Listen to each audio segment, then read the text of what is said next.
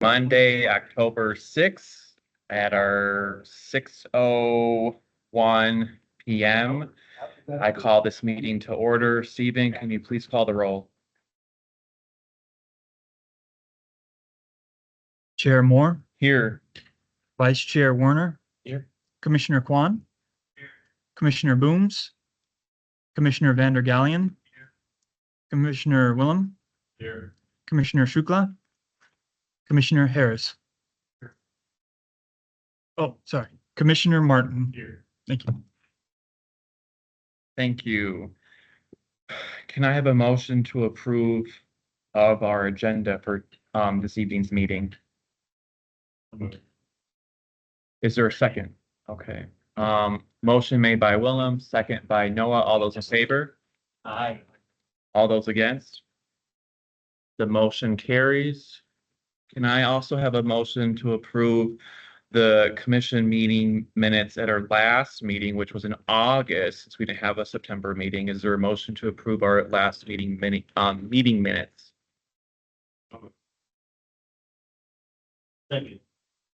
Okay, motion made by Ankita, seconded by Willem. All those in favor? Aye. All those against? Motion passes. We do have numerous written communications that were in your agenda packet. Hopefully you've had a chance to read those. I'm not going to spend too much time talking about them, since a lot of them are on our agenda, whether they're in the business agenda or they're in old business regarding Harrison Road with cut through traffic. So just everybody's aware that we have written communications that were transmitted to us.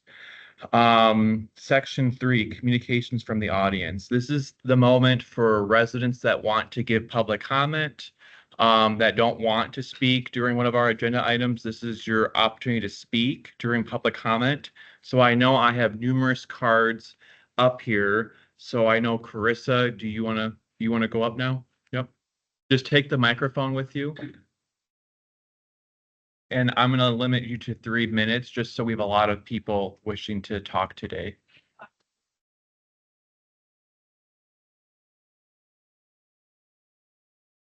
I will do my best to honor that, but I will give you, once it's 3 minutes, I'll give you like a little bit of like a nod to keep moving.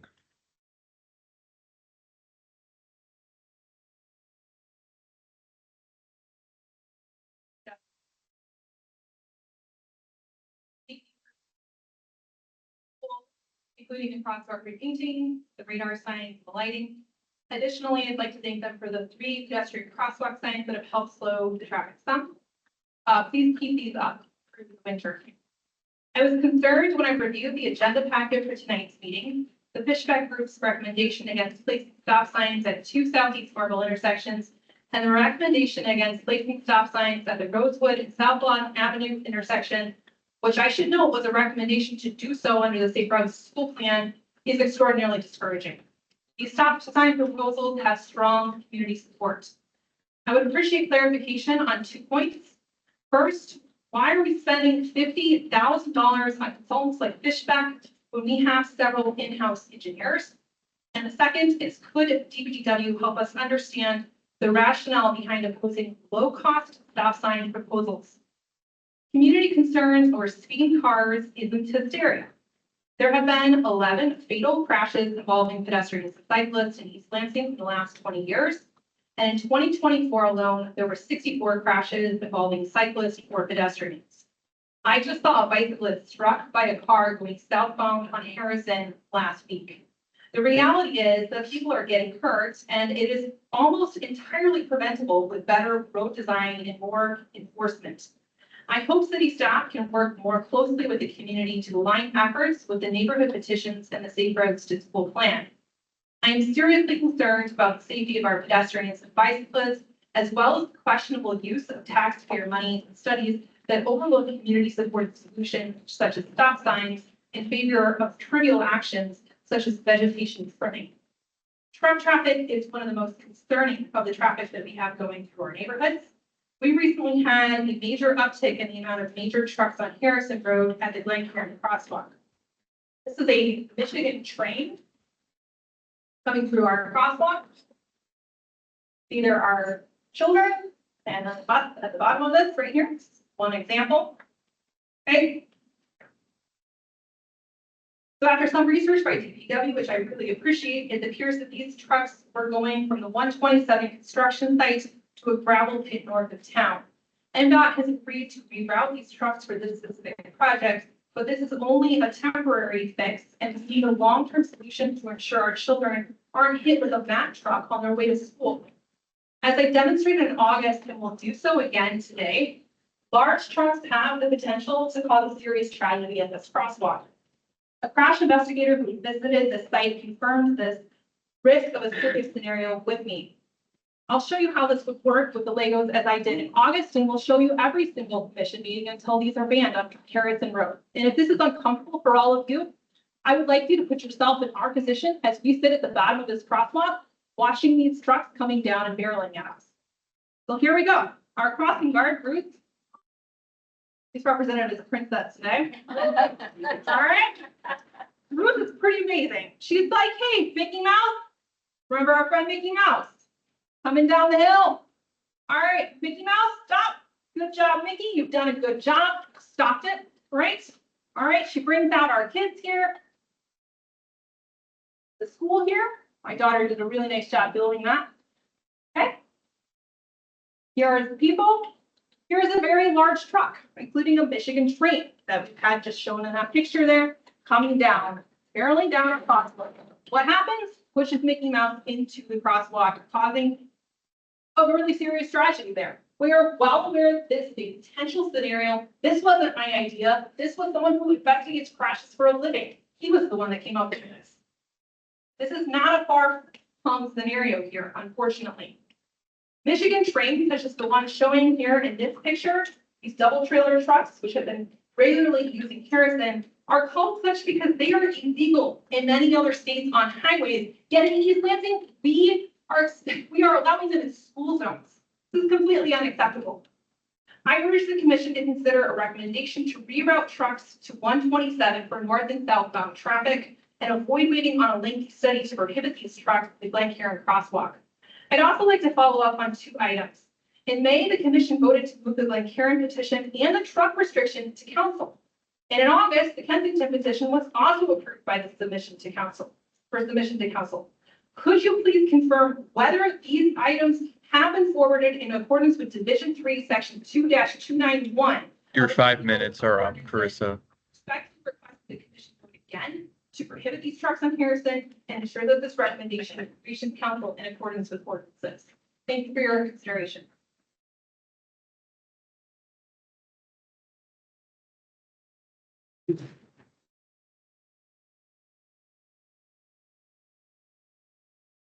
Is there any other residents who would like to speak during public comment? Yeah. You can come up. Yeah. Yeah. Are you Mary? Yep. And then you have a question or a comment on traffic on Southeast Marble, correct? Yep. Yep.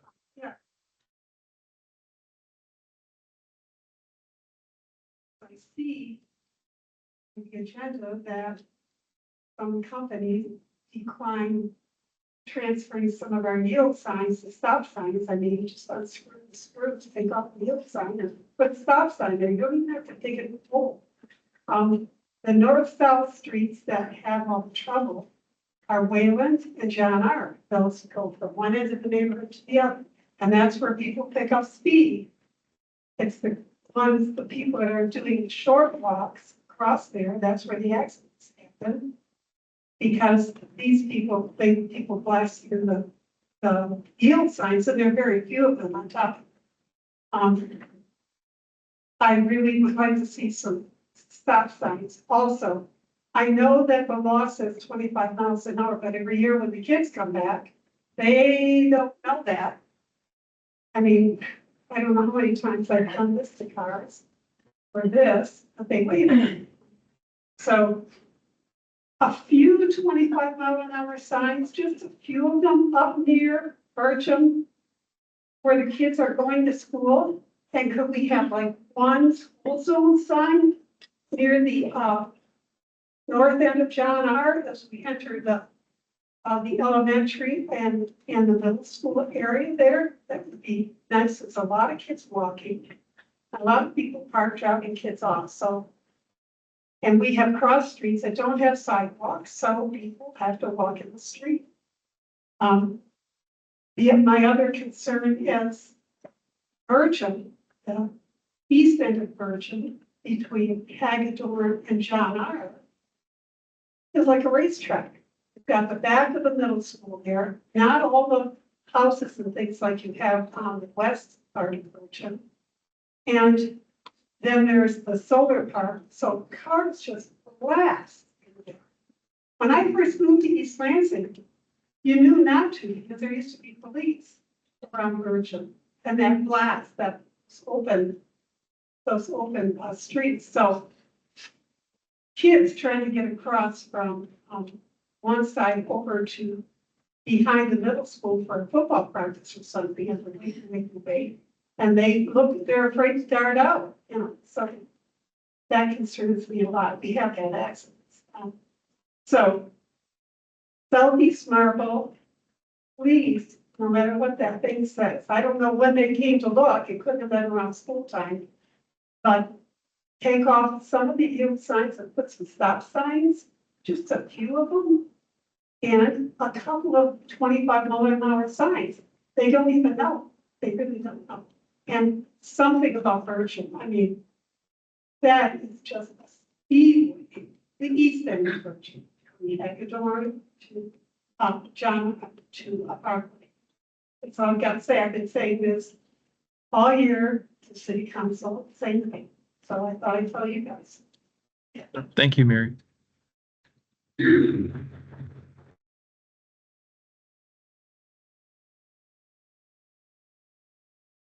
You want Mary Murray? Okay.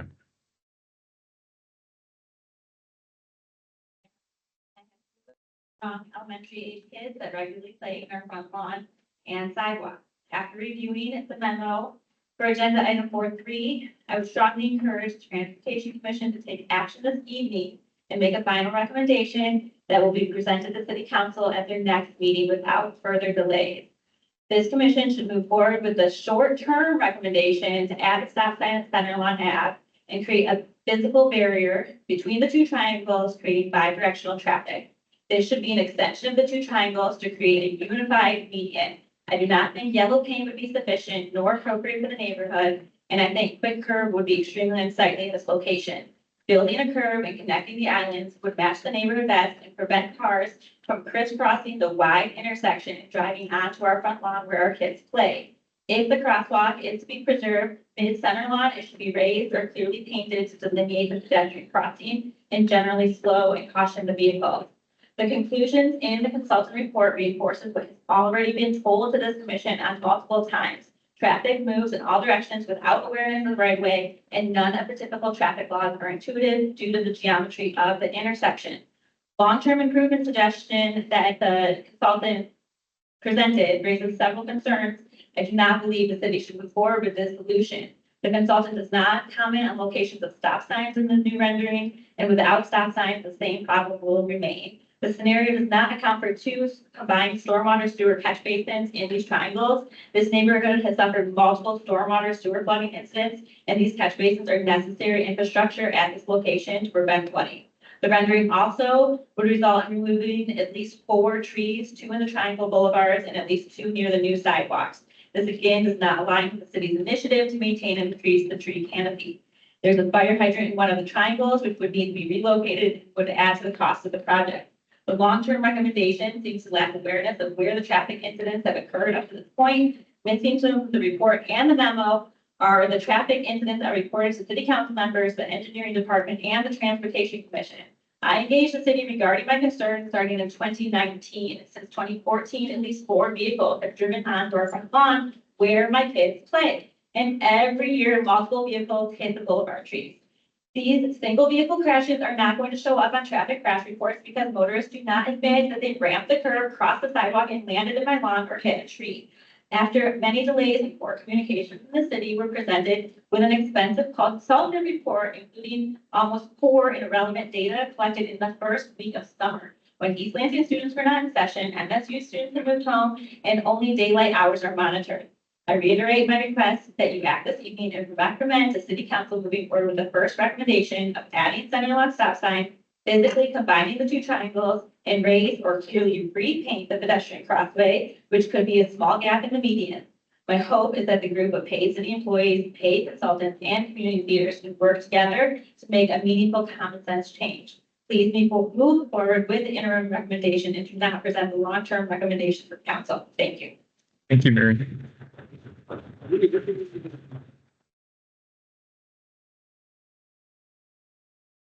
Is there anyone wishing to speak during public comment? What? Yeah, what? And you're Ann or Molly? Molly, okay.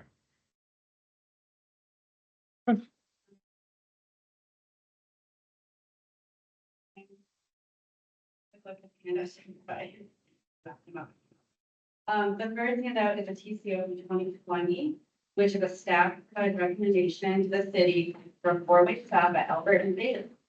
Of particular interest is the line in the memo that said they should add stop signs in order to maintain slower speeds along Albert Avenue down the corridor. This struck me as pretty interesting because a few months ago, our DPW sent out a flyer, lots included, warning us that installing stop signs at all approaches to an intersection does not result in slower traffic. A little bit of a mixed message. So I have two questions I'd like us to consider. Is anyone aware of the use of the traffic calming action plan resulting in a satisfied interaction with our residents or in any actual traffic control? I'd like an example where this worked for our residents. And also, how did any of our existing stop signs in our city actually get approved? If we were to apply the traffic calming action plan that we are given, I think half of them would have to be taken out. For example, the Southeast Marble study, one of the criteria is you have to have 6,000 cars a day. That's in the pack. 6,000. That's for a neighborhood. That's not Saginaw. Excuse me, why are we applying that criteria to a neighborhood street? A stop sign might be required if it's dangerous in one car goes down the street a day. Like, why do we do car counts for a stop sign? It's about, is it's dangerous? So I don't get why we're spending money, time counting cars. You know, it's not gonna be 6,000, it's not applicable. Please don't do that. So another one, we look at the memo for Rockford and Central, which Mary just touched on very well, much better than me. But the recommendation, the third recommendation, that we redo the intersection altogether, remove two trees in the boulevard.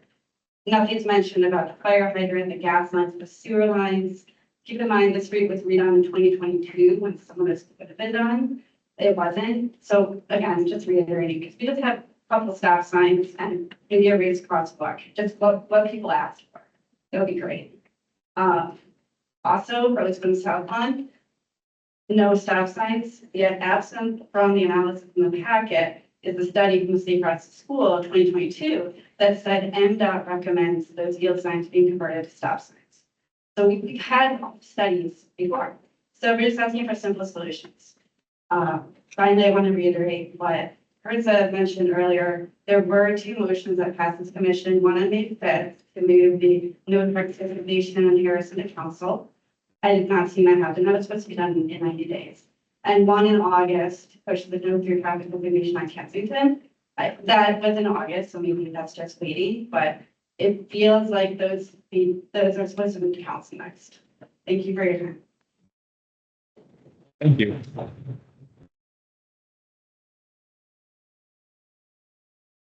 And then, Ann, did you want to speak now or do you want to wait until? Yeah, that's fine. Yep, you're good. Yep, yep.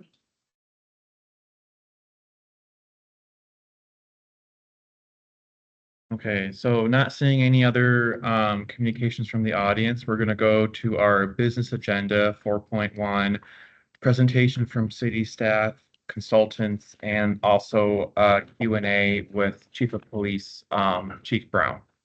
So I'll leave it to you, Stephen.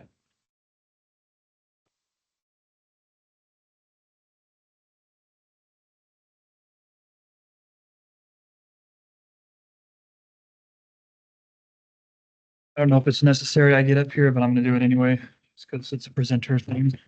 So, hello, Stephen Clayton. I'm the city administrator. I've talked to a lot of you.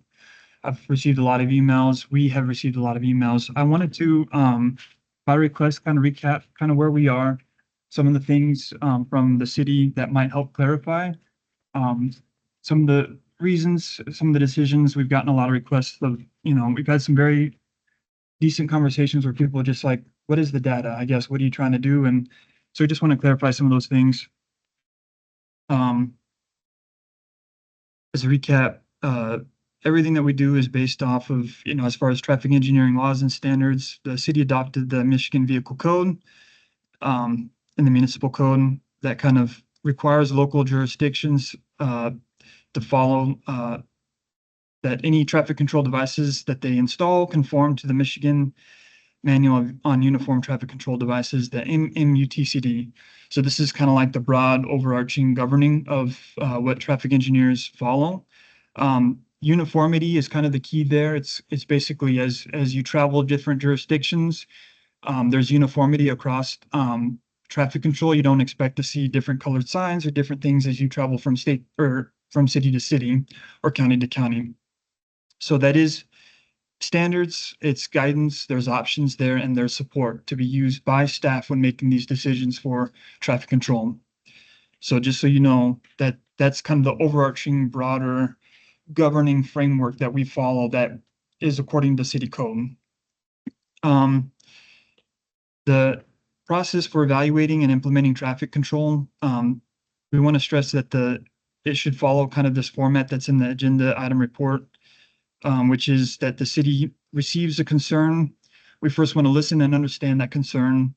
That'll part of that is really understanding what is not only what is being requested, but why the request. So, if it's stop signs, is it stop signs because it's a confusing intersection or because of speed control? So some of the follow-up emails and questions are for those reasons. We want to make sure we understand the why the request before we, respond. Once we understand the problem and what's being requested, then we gather and analyze the data, and then we kind of make a recommendation or just present the data for the raw data for consideration by the commission. We did want to stress that this is important that we present and there's been a lot of questions of like, well, the commission recommended this, why hasn't the city done this? And I think kind of looking at some of those things, there was just additional information and data that was needed before we moved forward. The truck traffic on Harrison is a really good example, and we'll get into that a little bit with the agenda item. There's just more data that's needed. We want to make an informed decision.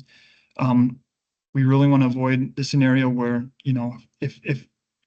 if the city implements the traffic control, that traffic acts like a network. So if you think that you're solving without any data to support that, you may actually be pushing that problem out to different streets. So we want to be fiscally responsible.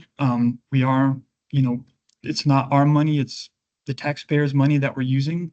So we'd want to make sure that whatever solution we implement is going to be a long-term effective and actually addressing the problem that has been raised. We understand the passion that has been brought to us a lot of times. We know that we don't always agree on or what is presented by engineers is not always understood or agreed to, but I think we all agree that traffic safety is a primary concern. I think on that common ground, hopefully we can kind of move forward in good faith. We did, and then I just want to touch on, the city did drop Safe Street, Complete Streets. It's an ordinance.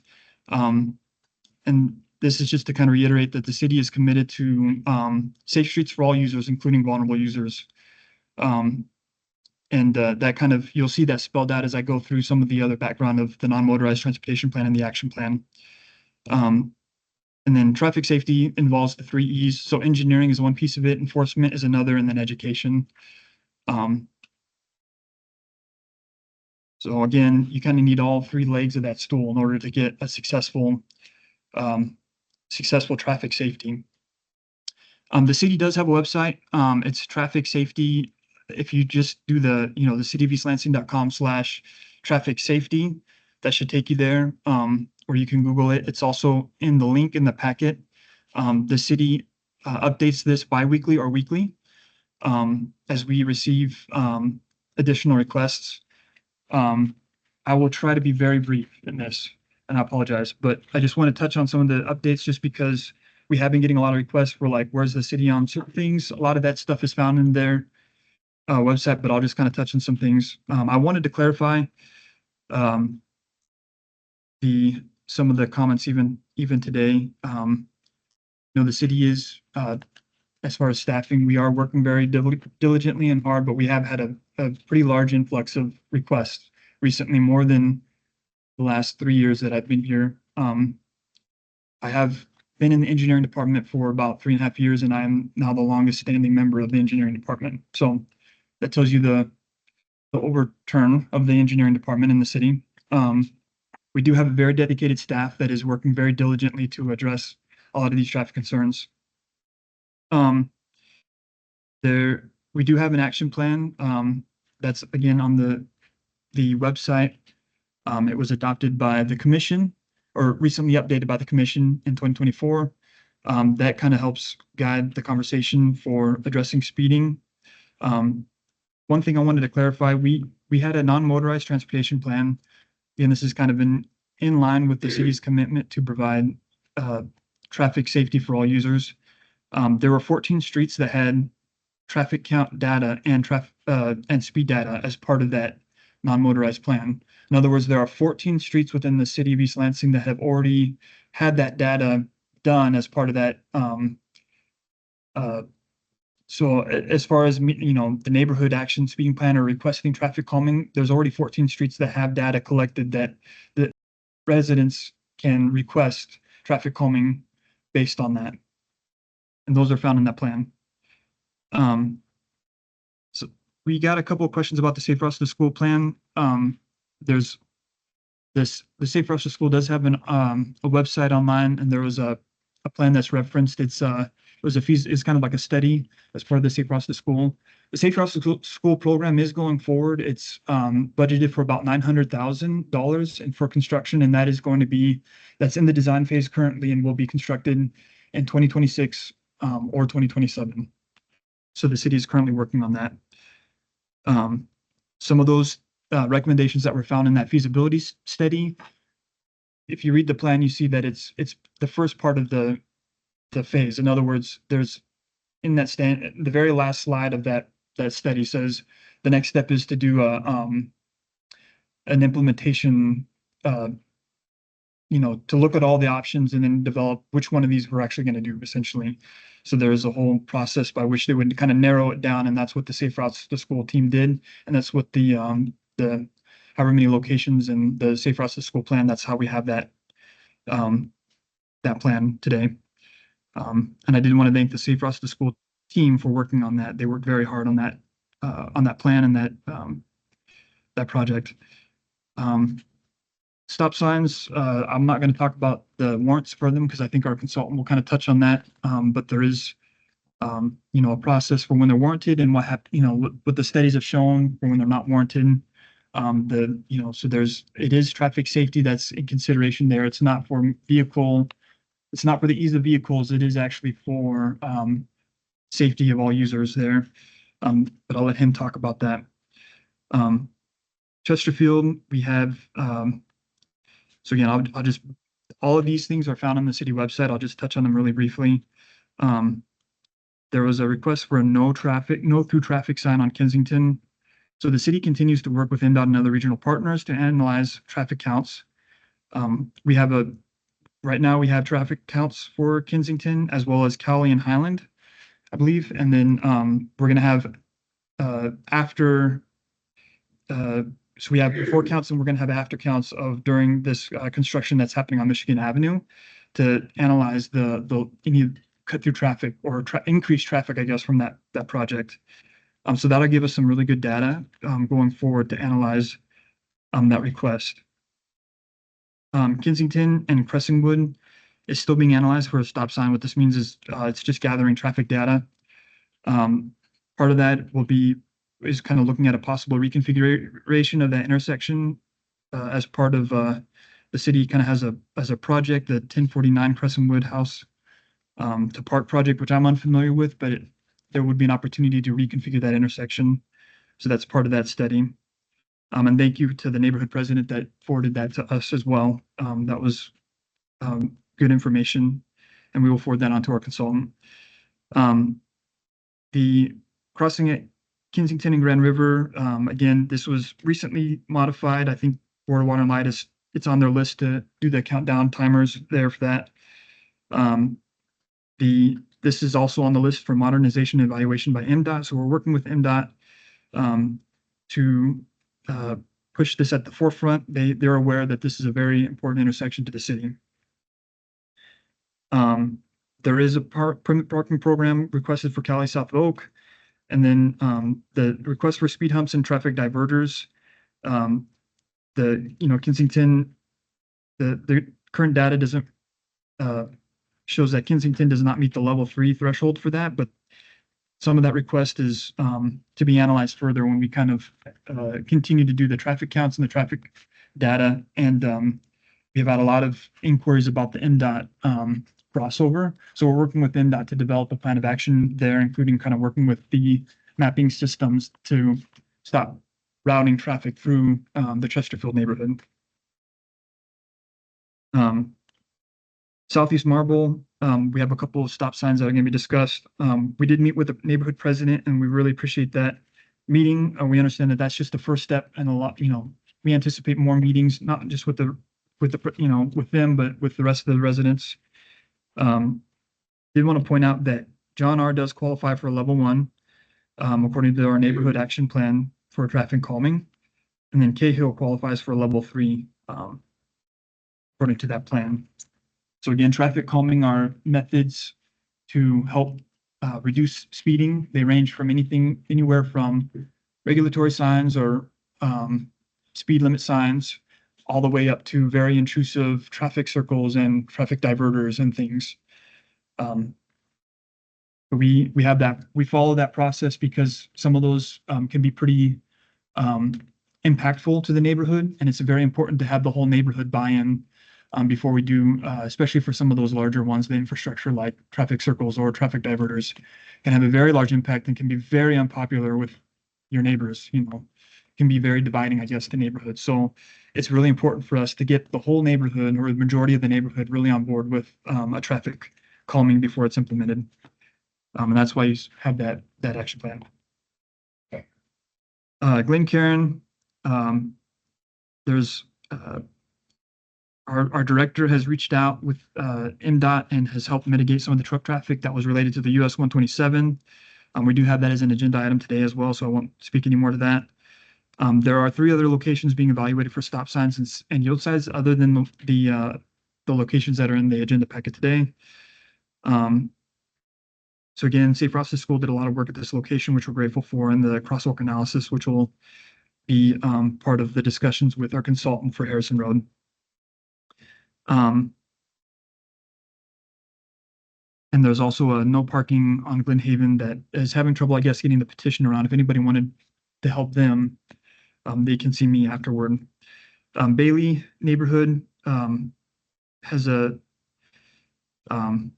traffic study being planned for Old Hickory Lane by the school. That was according to the petition process. And then there's also some stop signs requested at Ann and Bailey and Kedzie. There's concern about Alton and Saginaw. MDOT is getting counts at that intersection. There's a lot of concern about the left turn from Alton to Saginaw. So MDOT, we have been in talks with MDOT, and it looks like they are moving forward with at least getting counts. That's an encouraging step. And then there's other locations in the city that are being evaluated for stop signs and traffic requests, but that again can all be found online. So yeah, I'm going to invite Chief Brown to come and speak as well. Thank you.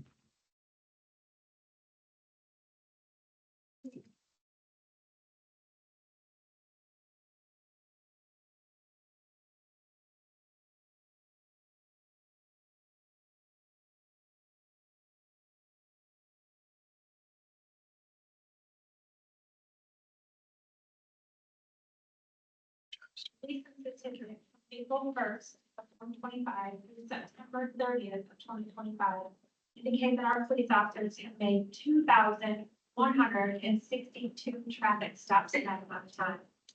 The vast majority of those traffic stops, meaning the number one reason people were stopped and the number one reason people were cited, was for speeding.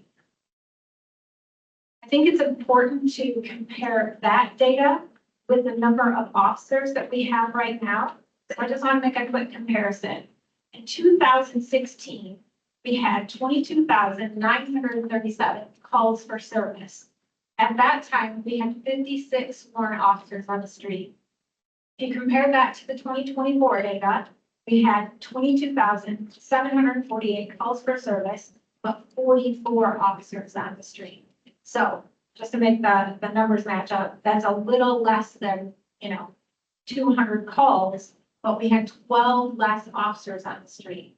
Now, the good news is that we are currently budgeted for 51 officers. So again, we have in 2024, we have 44 officers. We've done a great job of recruiting and retaining our current officers. So we're currently budgeted for 51. We have 1 officer in training, 1 graduating from the police academy next week, 4 in the police academy right now. They will all graduate in December, and 2 starting in the police academy in January, which means that they will graduate from the Mid-Michigan Police Academy in May of 2026. So what does all that mean to you? It means that we're getting more officers on the street to make more traffic stops and provide traffic safety enforcement, either through education or ticketing. But it's going to take us some time to get there, because the officers that graduate from the police academy then spent 4 months in training before they can even be out on the streets by themselves to write tickets. So again, I'm very excited about the numbers, but again, we'll continue to make as many traffic stops as we can in the city, because it is a priority for the East Lansing Department. Anyone have any questions? I should also mention crossing guards. So I'm so excited to share that we have a lot of applicants for crossing guards, and we have 11 currently in the background stage. So if you didn't know, any employee that we hire for the police department, and of course those around school children, we do background checks. We have 11 individuals in the background phase to be hired on as crossing guards. So I expect if all 11 of those make it through the background phase, we will have a full team of crossing guards, and in fact, be able to put 2 at some of the busy intersections. So that's very exciting. And from my understanding, that has not happened since 2020. Does anyone have any questions? No, thank you, Chief Brown, and thank you for being here. I know, since I've been on the Transportation Commission, we've met with your predecessor in term, Chad Pride, who gave us, a presentation about the struggles, your department has faced the last couple of years. And he kind of told the commission at the time that he didn't have the manpower or woman power, any power to do traffic enforcement because of the boots on the ground didn't support it. And it sounds like you're getting in a better position to put more boots on the ground to do traffic enforcement, particularly speeding. But a lot of our complaints besides speeding is also noise. We get a lot of complaints on noise, and I know there's been a lot of discussion on updating the ordinance about what cars can and cannot have, with different ways to change the muffler of a car to make it loud or whatever.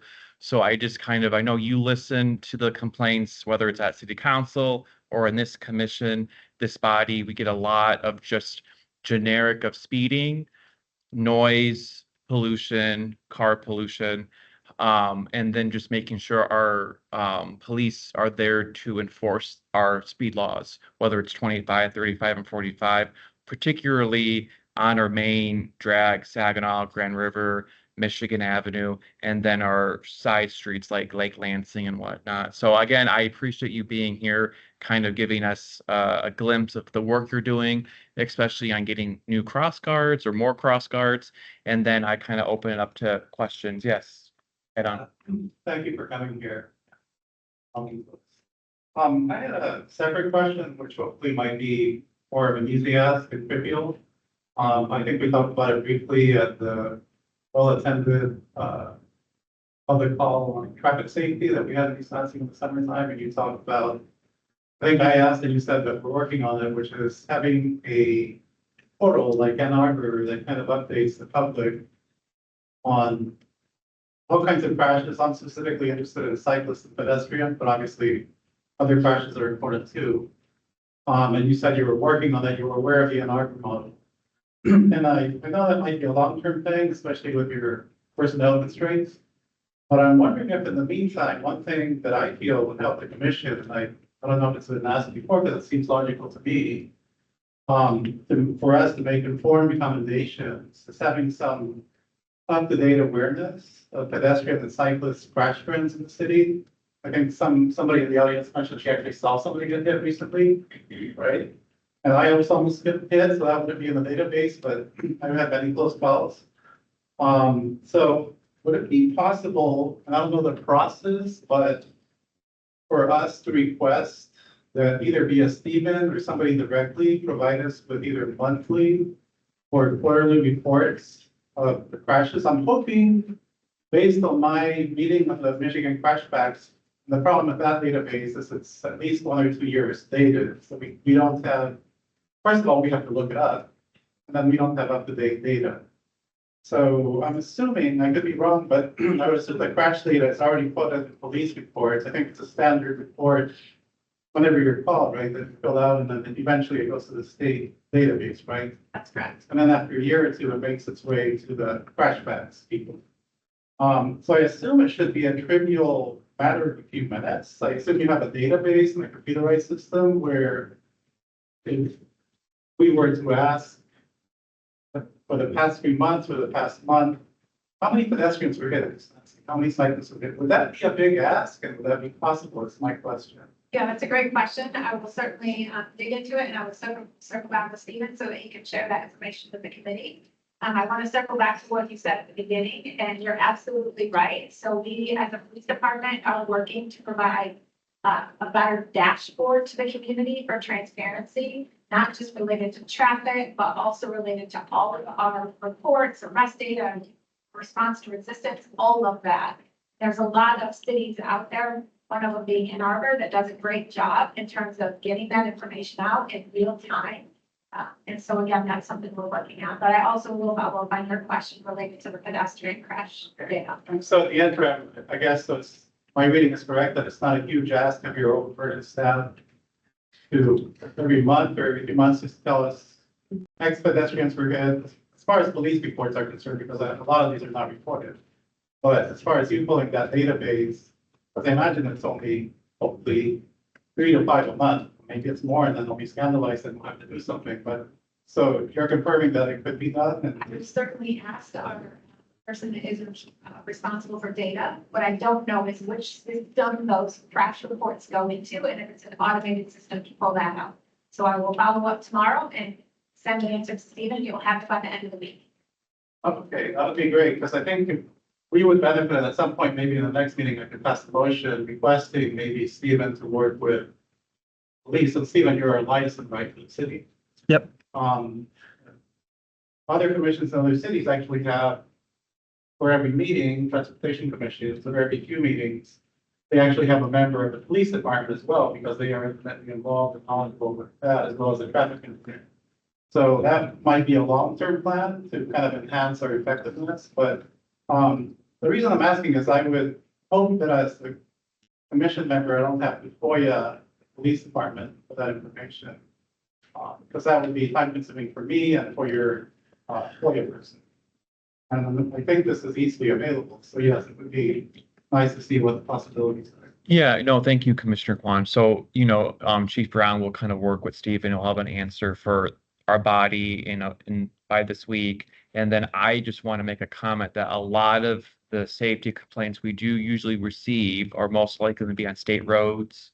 So Saginaw, Grand River, and obviously, as you know, we don't have jurisdiction over, what the city can do to mitigate those crashes from reoccurring. So just keep that in mind that we only have jurisdiction over city streets. So like Lansing, Coolidge, Harrison, and whatnot. Yeah, but I think Grand River is a state. It is, so we have very little, we can't really actually change anything. I don't know if it's limited, but I looked up the information. for Yeah. 2024, Yeah. And there are reports by the East Lansing Police on the many pedestrians who are hit on Grand River. So I think. Yeah. Yeah, so I think it would not be unhelpful. Any other questions from the commission to Chief Brown? Right. Well, thank you, Chief Brown, for coming, and thank you for your service to our city. Thank you. I wanted to invite up one of our consultants who has been working on a study in the Southeast Marble neighborhood. And I do apologize. This study will be made as part of the meeting minutes. It was not included as part of this agenda item. It's informational. It was by request to kind of look at cut through traffic, but this is Haley from Roll.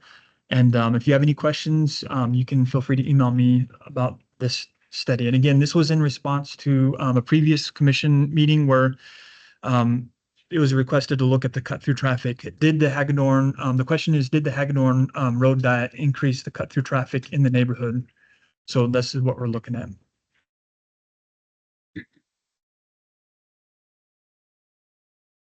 Good. Yes, hopefully that's working. There it goes. All right, so thank you, Stephen. As Stephen said, my name is Haley Sobel. I work with Rural Professional Services. I'm a traffic engineer. And we looked at the John R. Street neighborhood, or I guess I should say neighborhood area from Hagedorn to Moreland, to see what was going out there as far as traffic. So this is just the data that we received, and I will summarize that for you guys. So this image shows the area that we studied. So the stars are the origin and destination. So that would be a starting point or an ending point for a vehicle going through and getting there. So that'd be someone starting on Hagedorn at Cahill and going north to Bircham and then over to Park Lake, or the opposite direction, starting at Park Lake on Bircham and then wanting to get down to Hagedorn and Cahill. The blue dots are intermediate points that we placed in our program that pulls the data. And that gives us a way to track the vehicles through the network. So we looked at Hagedorn. So we pulled data on Hagedorn from Cahill to Bircham. We looked at John R. Street from Cahill to Bircham, and then Moreland Drive from Cahill to Bircham. We looked at an average Tuesday in May of 2022, and that was prior to the road diet placement on Hagedorn. And then we also looked at an average Tuesday in May of 2025, and that would be after the road diet was in place. The data that we collected and reviewed included directional average daily traffic, traffic speed in miles per hour, and that was the 85th percentile, which is the amount that 85% of the vehicles on the roadway are traveling. And then we also looked through cut through traffic volumes. So this next slide summarizes the directional volumes and speeds along those streets that I mentioned. Just to note that Hagedorn's posted speed limit is 30 miles per hour, and the local streets of John R. and Moreland are a statutory speed limit of residential streets of 25 miles per hour. So you can see here the data from 2022 and the data from 2025. And it does show a decrease in overall data along Bircham for eastbound traffic volumes. So that'll come into play when we talk about the cut through traffic. And then there's no significant ADT or speed. There's not a consistent trend with significant increases from 2022 to 2025. It actually shows a decrease on Bircham for daily traffic volumes in 2025 compared to the 2022 data. Right, so this is going to go through cut through traffic and explain it a little bit.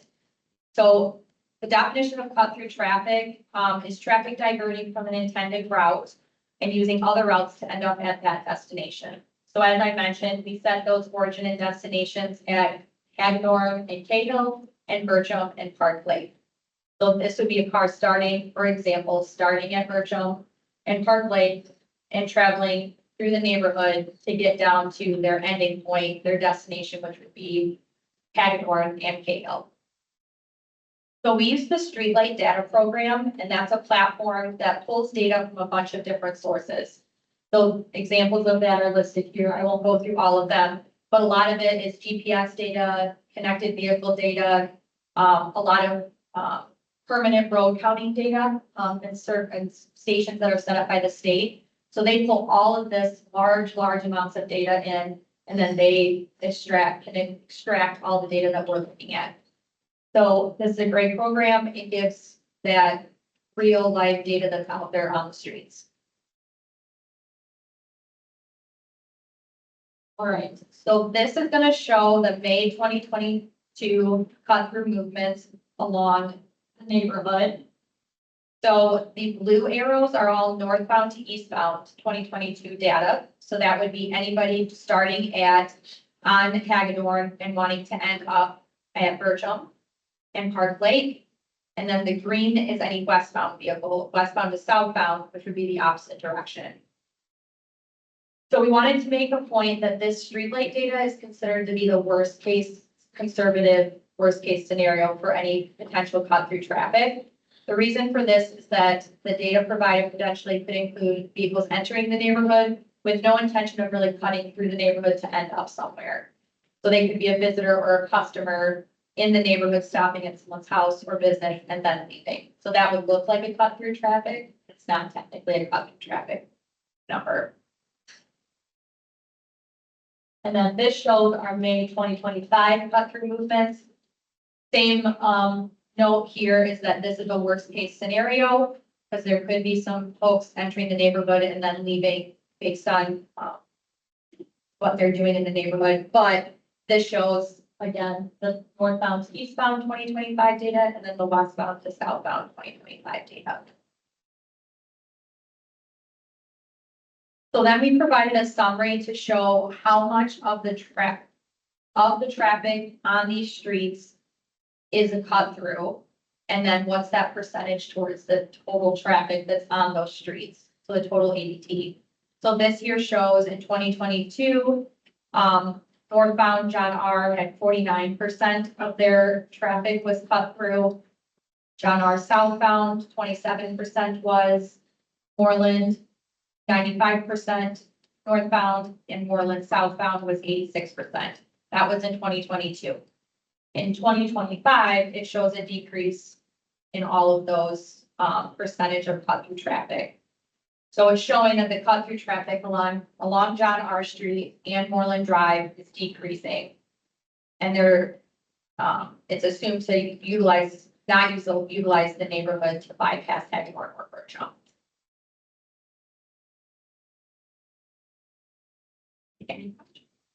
Are there any questions by the commission?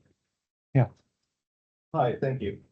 I had two concerns that I didn't see addressed. One, how did you determine the start and end points for this analysis? Because there are some features of the neighborhood, such as the shopping district, which includes a grocery store right off of Brookfield.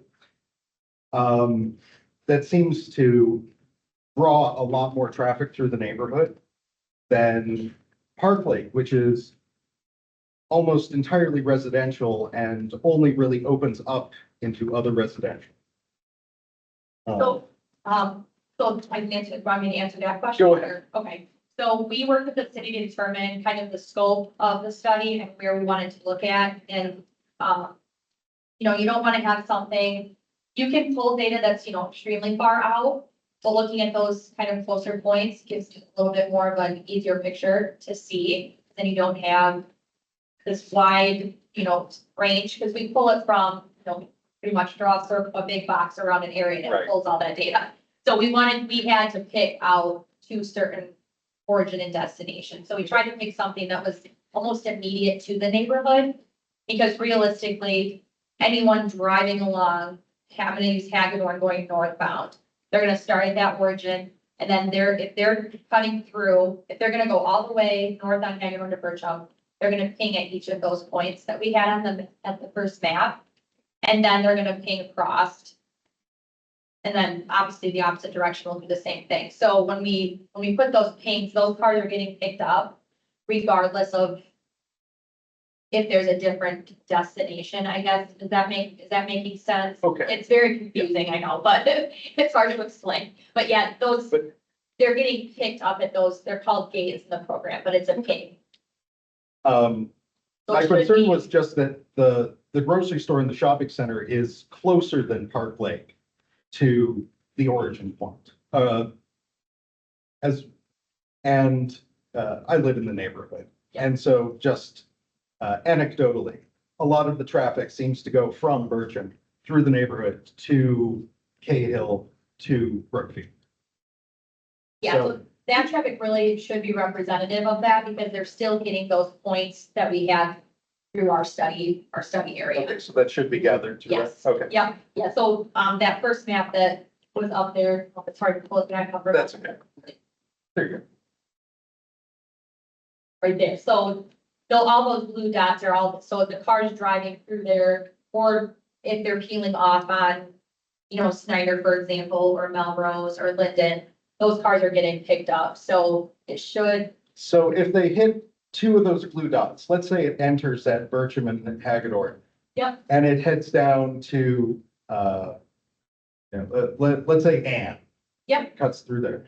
That would be picked up by this? yes, Okay. Yep. And the second one, which one of the community members mentioned, was that, commencement for MSU is, this year was the 1st of May and move out was the 2nd. So the analysis was done during a period when we're seeing significantly less traffic overall. Now, I know we're comparing apples to apples, that it was done at the same time of year in 2022. But my concern is that it's not representing the students who have left. Because this community is also a large rental community. Bircham having somewhere between 10 and 15 different units. Hagedorn having, dozens of units, and even just the first block on Snyder has 8 houses and a couple of multi-tenancy units. And all of that clears out that first week. So I'm concerned that this isn't capturing the full picture. And this may be more of a question for Stephen, but can this kind of analysis be done at a more advantageous part of the year, maybe even just April or September, when we know the students are in town? And then I can kind of follow up and maybe Stephen can chime in. It's Haley, correct? So Haley, I guess, and I have a similar kind of follow up. Since East Lansing is a university town and our, population almost triples, for 9 months out of the year, how do you take into account that influx of visitors and temporary residents moving in and out in those time frame? I guess, we're a university town, so I guess, does that go into your analysis, or when we're looking at data with Stephen and trying to make recommendations, sometimes the data could be incomplete just because of the data is complete, but our analysis has to kind of incorporate our uniqueness because we are a Big Ten university town. yeah. So this, talking with the city, we wanted to look at this time frame, and it would include some use of university traffic because it's an average of that month of May. So if they were here that first week, that traffic was included. I can talk with Stephen in the city and see if we can pull data from a different month, if that's what the city would like us to do. We can have kind of a comparison, and that could also give you guys and, the residents, when students are in session, versus when they're not. So that's something I can talk to Stephen about. We can talk about that. Yeah, I mean, we can follow up on that. It is, the important thing is that it's apples to apples. So you're comparing the same time frame, so theoretically, whatever's happening in one year as far as school and everything else is happening in the next, the other year. So. I just want to make sure we're looking at the right orchard. Sure.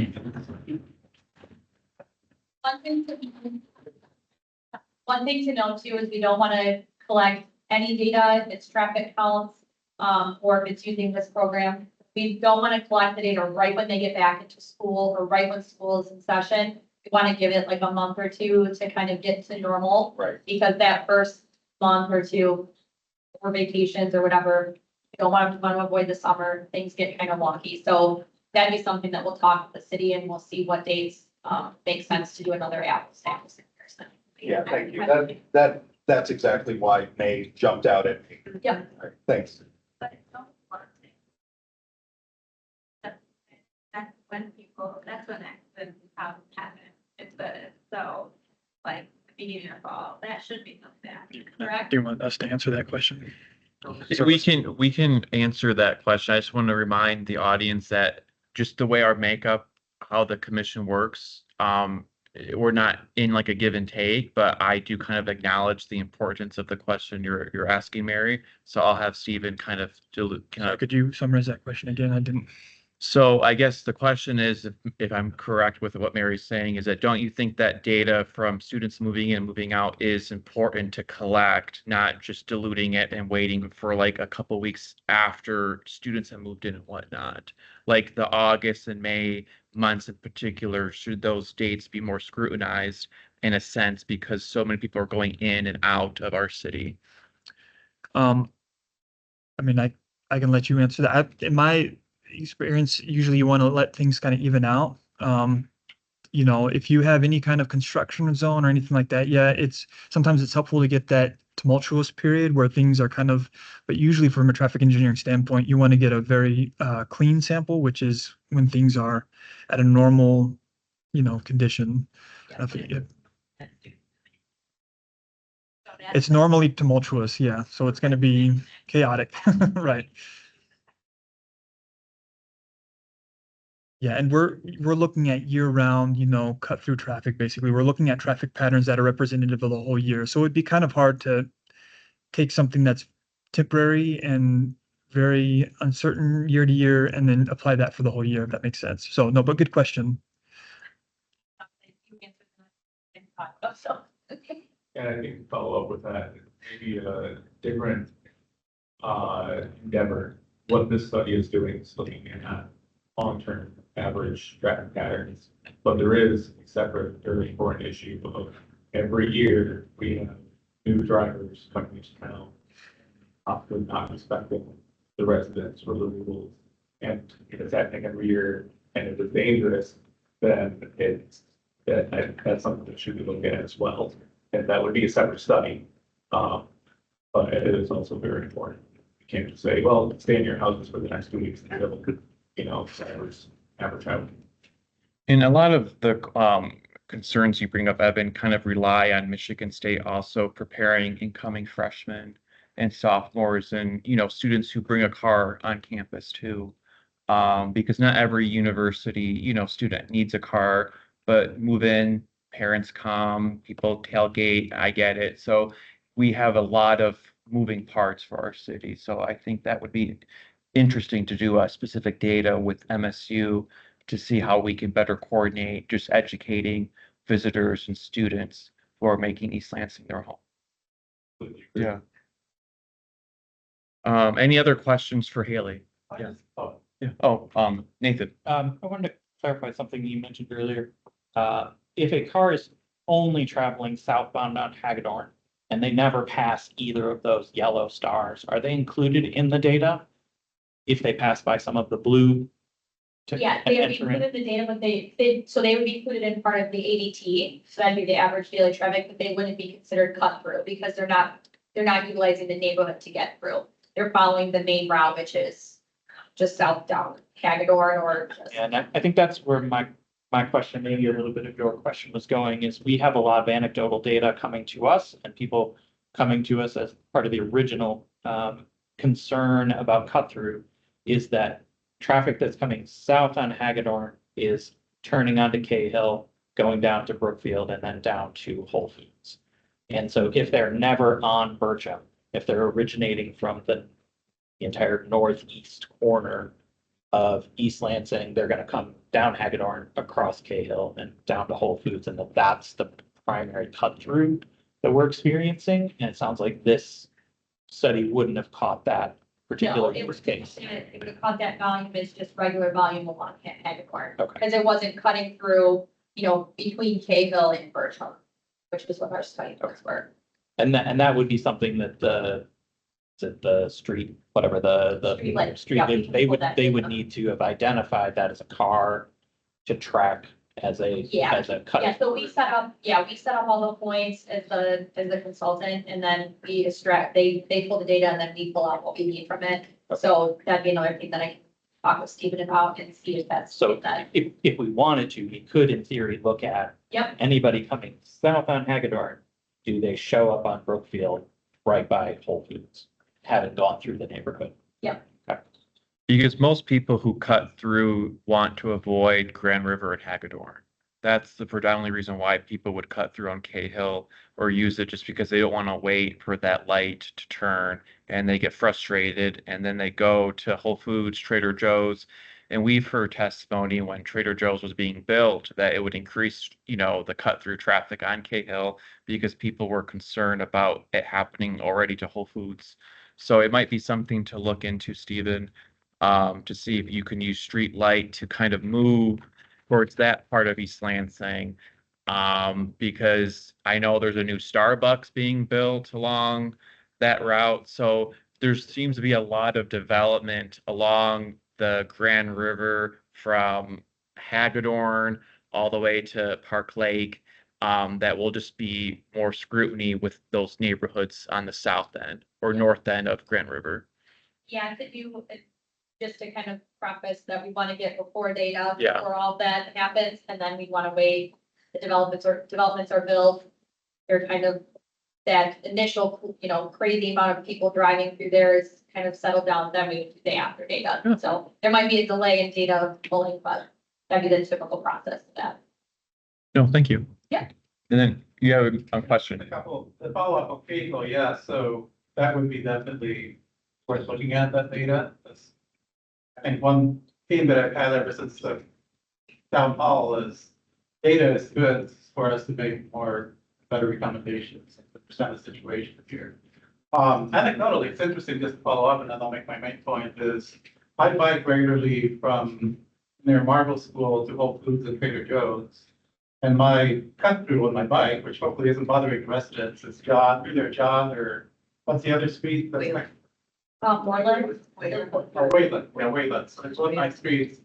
And eventually you have to go on Cahill and then go down Whitfield. Anecdotally, though, I do that at all times of the day and I never see much traffic on Cahill, but that's the anecdote that hopefully the data would change. But yeah, I haven't seen a lot of impact. But so my other points, this may be exceedingly obvious, but my big takeaway from your study, besides different recommendations, is that the road diet, this is probably exceedingly obvious to everybody, but the road diet of Hagedorn has not led to more cut-through traffic, which was a big concern of residents, right? So that's a good thing. That kind of supports that the benefits of the road diet do not lead to spillover. I'm kind of gratified to see that, because I was really curious, so anyway. Yep. So, yeah. And that's why we did that before and after, Yeah. we get that comparison. Absolutely, so I was happy to see. Thank you, Haley, for coming in. We're gonna move to, There's one other presenter for Oh, this one, sorry. go ahead. So Go ahead. we have one other presenter, Fishbeck, consultant, Kyle Riedsma. He's been, performing a lot of our traffic analysis, and so he's gonna talk real quickly about the stop sign memos that you see in the agenda packet today.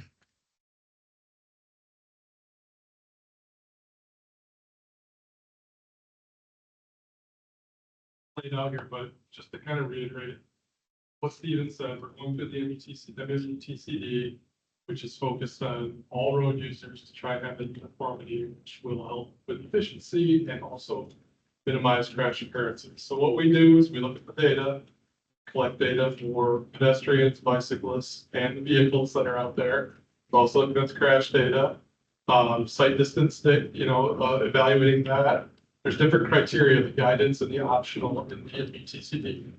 We walk through each of those and determine how that functions with each specific intersection. So as you can see from the memos, we just kind of go through the order of it and figure out what that looks like compared to the guidance of the MUTCD.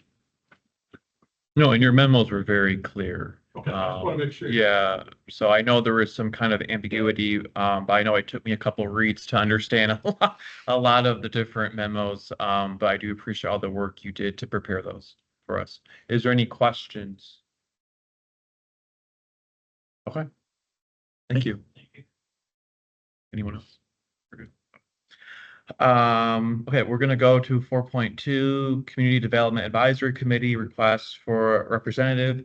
So as chair, I need to pick a designee for a member of this body to be on the CDAC advisory committee. Hopefully there's someone that would like to donate their time. Yeah, Willem? Yeah. Yeah, is it just those dates that are listed at the agenda item? It usually depends. Like, I don't know, Stephen, do you want to talk about those? Those are the only it should be just those dates. I don't know if they vote to add more to those. That's a thing, but those are for sure the dates that you're committing to. Usually, like, your first meeting is very informal. It's just to discuss kind of the expectation, making sure you don't have a conflict of interest to serve on this body. And then your whole goal is to kind of advocate for transportation funding from the federal government. So I've done it the last 3 years. It's good knowledge to understand the different needs for East Lansing infrastructure and whatnot. So thank you for signing on, and we'll make a note. Should we vote on that? Yeah, okay. Is there a motion to designate Willem as our representative for this body? So moved. Second. Moved by Noah, seconded by Warner. All those in favor? Aye. All those against? Okay. Willem, you are a designee. Thank you. Okay, section 4.3, discussion on stop signs requested at the intersection of Roxburgh Avenue and Central Lawn Avenue. So the way I want to kind of approach these memos is that we're going to take them one by one, and we're going to have, good dialogue, understanding kind of the complexities of each one. And if for some reason we cannot make a decision, that is our decision. I don't want to force this body to make an incomplete decision, knowing that there's a lot of memos thrown at us. So we're going to take our time to have good discussion. If there's members of the public that want to speak to one of these items, this is your moment to do it. When we're beginning these kind of traffic stop sign request memos. So the first one, as I said, is at the intersection of Roxburgh Avenue and Central Avenue. Stephen, if you want to kind of just do a quick synopsis on how we got to this conclusion, that would be great. So there was some history there that you guys were kind of familiar with.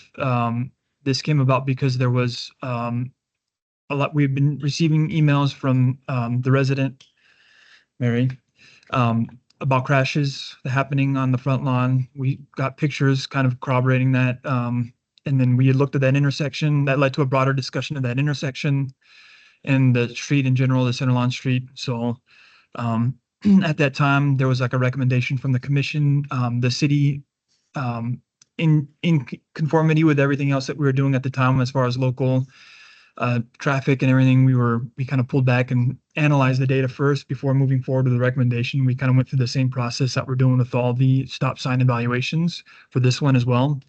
This one is just a little bit more unusual because of the geometry, and which is explained in the memo. Is that kind of what you're looking for? Yeah. So I know the main thing when we had this before us at our June or May commission meeting, it's a very goofy intersection. There's no, I would say, good way or bad way to look at this. I think long term, there needs to be a better reconstruction of the intersection, but that option isn't really before us. It's kind of the stop sign that is the scope of this discussion. So the memo dictates that they found no supporting evidence for a two-way stop sign, but they do recommend stop sign on Central Lawn Avenue. And they go into detail on how they got to that analysis. So does anybody have any questions or thoughts on this particular intersection? Other than kind of echoing the sentiment. The agenda item, I like that short-term intersection. Can't hear you. Oh, it's my thing. Oh, sorry. I was just saying, I was echoing the sentiment of the crowd where I like the short-term quote unquote improvement to Center Lawn, Rosewood, and Roxborough. So whatever process is needed to push that on for.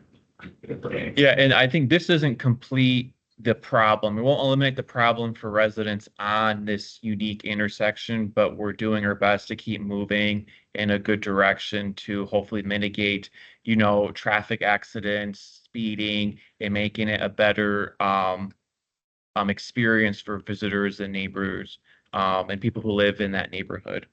So I agree with the memo. Like, I don't want to dispute what the experts have designated. So I'm comfortable agreeing to do a stop sign on Central Lawn Avenue, knowing the uniqueness of it, but just with the caveat, knowing that I hope the city, Stephen, explores a long-term solution, that this is a short-term solution to fix this problem, that it doesn't mean it's going to complete kind of what we need to do to recreate that intersection. So is there a motion to approve this? Yeah. Where does I have trouble finding the memo saying,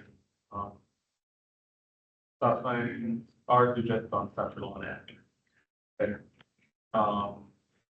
Where, So in the conclusions, the second paragraph, it says at a minimum, it is suggested that stop signs be installed for traffic on Center Lawn Avenue. Where? It's a street I see. Yeah, so the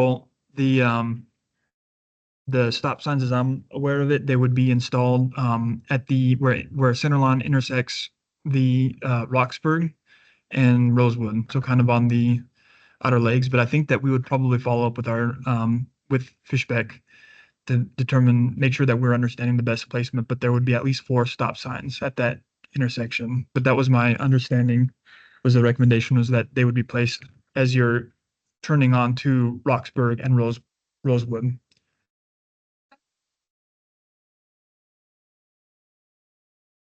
Yeah.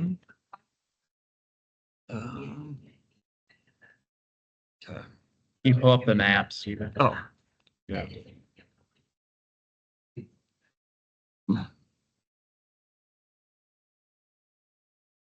Well, I think this is our public hearing, ma'am. So I believe they will be, if whatever decision we make, this would go to city council for the final order, but this is before the commission right now. Evan, do you have any other comments?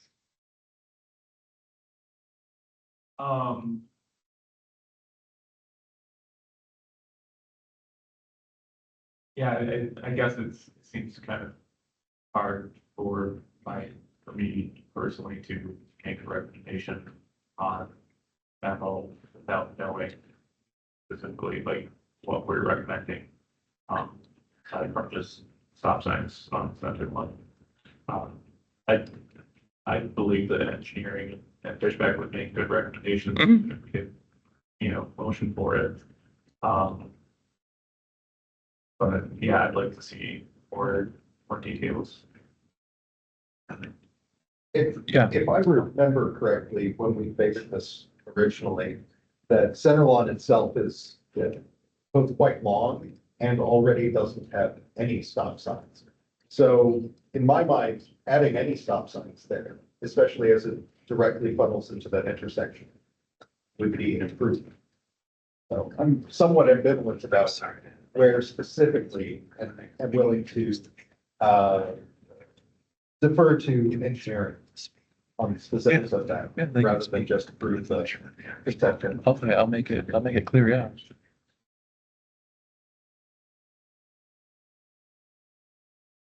And then just for members of the audience, besides, speaking during communications from the audience, you do have the option to speak during the agenda item.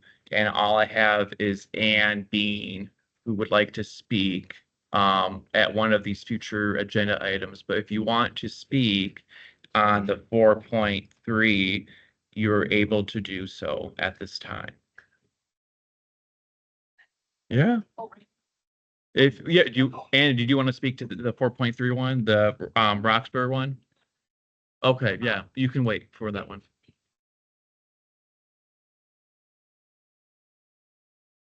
Can you bring your microphone with you? Where happened? This has been referenced as first cross track by the people who have lived here longer than me. They come likely from Center Lawn, they cross here and then crash into my lawn right here. So that's why the recommendation was to put a barrier here. They did only comment, Fishback only commented on a stop sign in Center Lawn. Ideally, yes, in a perfect world, I would like this blocked and then it's bi-directional traffic. So they could only curve this way. If they want to come to Roxburgh, they would have to go around here. Stephen, you told me at one point it's not wide enough for snowplows, but I do not think that's correct. I've seen a car parked here and enough room to pass. To block it off, I know you're now saying that it's only forward of the stop sign for the recommendation, but then the consultant said this is the interim. And then I don't know if the consultant who's here can comment on where in this scenario, I assumed if it was bi-directional, they commented actually more on the stop sign back here, which wouldn't overly, that alone, without this being cut off, would not solve my problem because they would stop here and still cross here into our yard and trees and neighbor's yard. Does that provide clarity of the issue a little bit? So can the consultant make a comment? I'm gonna wait, should we want to see if anybody else has any other comments before I don't want to jump in, or I can jump in now, I guess, or wait for other people to comment and then continue. We'll wait for other comments to come in. And then Mary, I know when you came to our commission, I know we did also make a recommendation to do crosswalk and do painting as well as a short-term, fix, knowing that we need longer term fixes of what you're saying. So yeah. Ma'am, you can come up. My name is Barbara Horton and I'm Mary's next door neighbor. I spoke to this group in the spring. And I just wanted to reiterate, I have lived in my house for 30 years. And this is not a problem that just started when Mary moved in. But frankly, I just didn't feel like there was a lot that we could do about it. And so it didn't come up, and also I had huge elm trees, because that entire block was filled with elm trees, which acted really as a barrier, did more damage to the cars. But at least 3 times a year, I didn't let my kids play out here. The cars would come up, they just come around that, and especially when the weather is, not great, which never happens in Michigan. That was when the cars would come in. So I've had at least 4 in the past year and a half. No. Yeah. Thank you. People don't report it. You want to go, Carissa? So I actually regularly pull the map back up. My parents live on the other side of Rosemont down here. I live up here. So I regularly take my kids on bikes through here. I think the long-term solution, that sounds like Mary, you would, have to have the people who live right there potentially supportive of is just, could this just be like a mini park?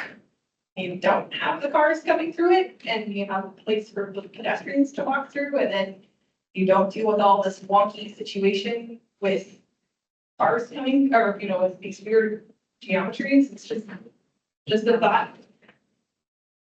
Thank you, Kirsten. So Stephen, you want to answer kind of more of those? Yeah.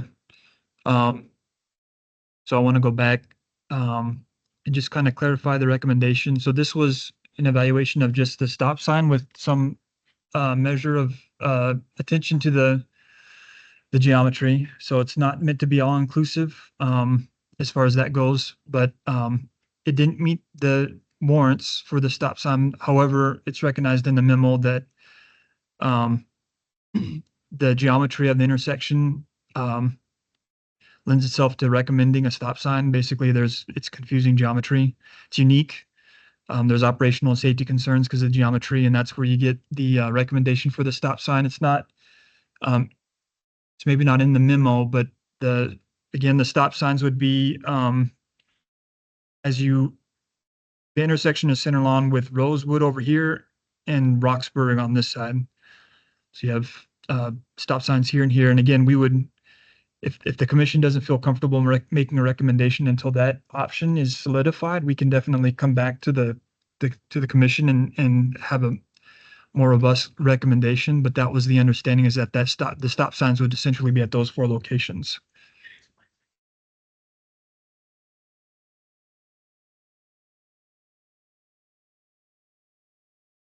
And then some of those recommendations, of course, are looking at the longer term improvements, just recognizing the weird geometry. So again, it's not meant to be all encompassing. It's just 2 options. One is like a more temporary short term, or and then this one is and when they design these, they would take into account everything that would go into the design. So that include the sewer and the water. There wouldn't be any concerns from that standpoint. They would add all of that infrastructure in and design it all in at that time.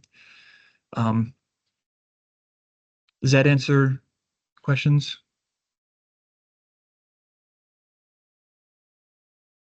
Yes, Noah. What's the process if we wanted to recommend the short-term intersection improvements? What would be the process for implementing the long-term intersection improvements? Would we also have to recommend future budgeting for enhancements like this? Or is that something that would happen automatically? Yeah, so at this point, the engineering department would have to determine if we had money budgeted for these for these improvements prior to the next fiscal year. So, the fiscal year is June, July. So at that time, we can prepare in our budget to address some of these things, these intersections or longer term improvements, or try to find that money somewhere in our existing budget. And then Noah, just a comment. I knowing that it's only, close to 7:30 and we're not even like halfway through our agenda, it might just be easier for us to almost discuss these stop sign kind of memos, knowing that we want more information, potentially, just so every commissioner feels that they've had not just moments to review all these documentation, but members from the audience have, a discussion to come before us, but we can kind of get better detailed information too. Just knowing we only have a half an hour left in our meeting. Just a comment. Okay, well, Noah? I know that we recommend the short-term intersection improvements to the city staff and city council. Is there a second to the motion? Okay, there's a motion from Noah, second from Ankita, a discussion. I feel like we talked previously about a stop sign further up Rose Lawn. Whether it was Rose Lawn or Center Lawn, whether it was Center Lawn of Rosewood or Center Lawn of West Lawn, I don't remember. Did we take action on that? The next one. Is that the next one? Yeah. Okay, never mind. Okay, you're good. Lots happening.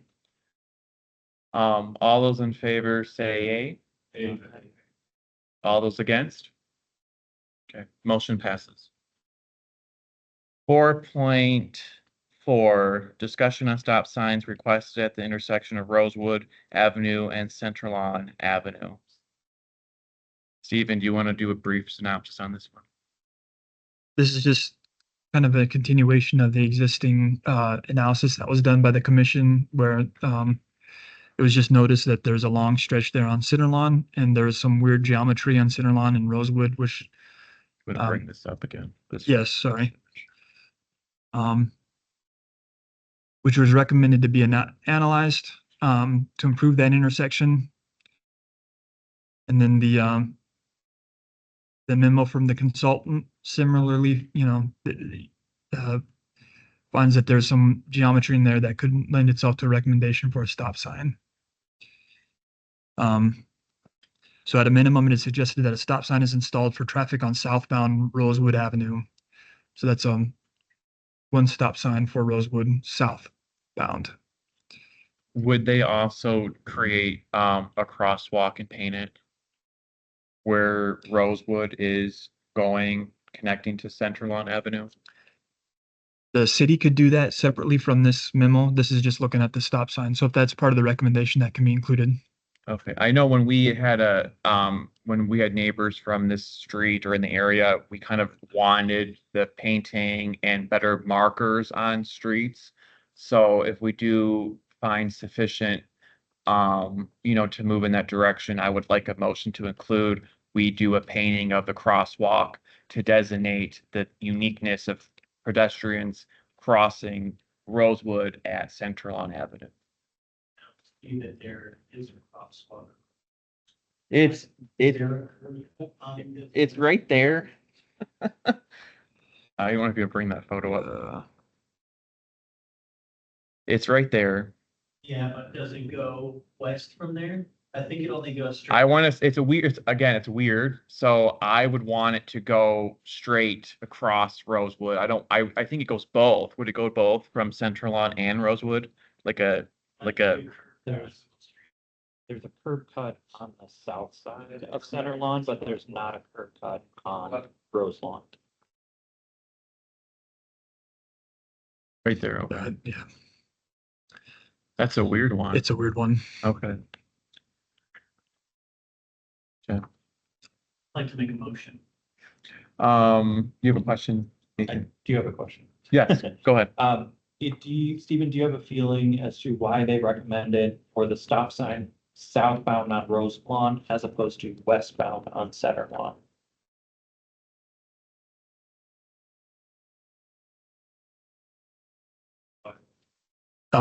Based on the volumes.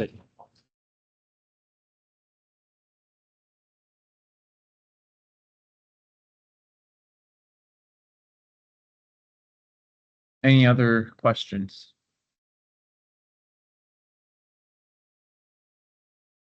This is a very unique one. Is there any kind of individuals wanting to make a motion, or we just table this for our next meeting? Ready to make a motion?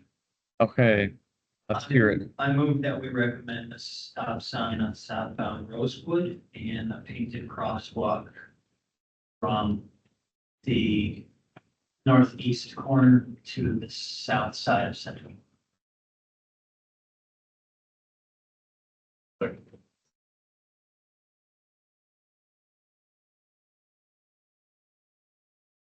Is there a second? Second. Seconded by Willem. Discussion? Yes, no, Warner.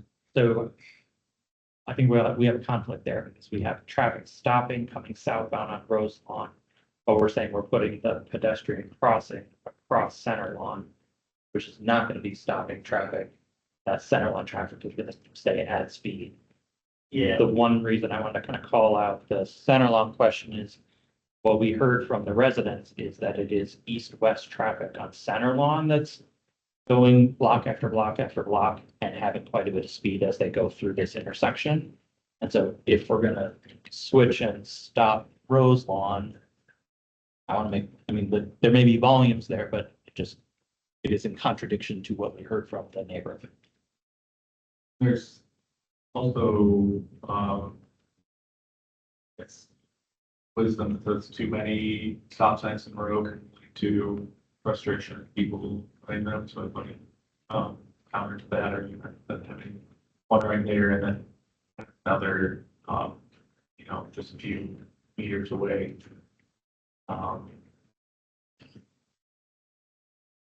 Might not, I don't know how many weeks or so. Unexpected, even. The idea of the crosswalk painting is also a traffic calming measure as well. I don't think of it as us putting the pedestrian crossing there, we're just calling it out for the people driving over. Curb cuts already exist, and I live around there now, ever since I moved to my apartment. And I'm biking around there, I noticed a lot of curb cuts just throughout the neighborhood, and seem to be random spots. So connecting, you know, two nearby curb cuts with something is gonna be a nice way of just reminding drivers that they exist. Because I see people walking their dogs practically in the middle of the street and just walking between two curb cuts. And it's gotta be one of the longer distances between curb cuts Yeah. in the city. I think just a way of reminding drivers it's there alongside a stop sign that might not intersecting, but you know, those things combined. Just alert drivers and the conditions. Now, to your point about too many stops, or no, those. Are there any other stop signs on the road, either north or south of that? Because if we're just considering, we've already agreed that, we want one at center and Rosewood as it's going through that dog bone. But if there aren't any others, then, Yes. Somewhere. because it's making a little zigzag there after where we're considering putting the stop sign. So it doesn't seem out of place. Even considering the other one, just because it is an odd geometry. I grew up in Cleveland Heights, Ohio, which is made up of many intersections like this, and stop signs are prevalent. People don't seem to be too frustrated with them, especially given the complexity of some of the intersections. To my eye, that seems okay. Especially because there really aren't any else yet.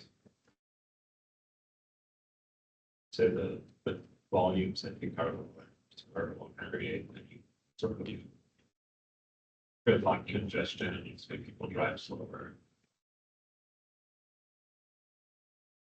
Any other discussion?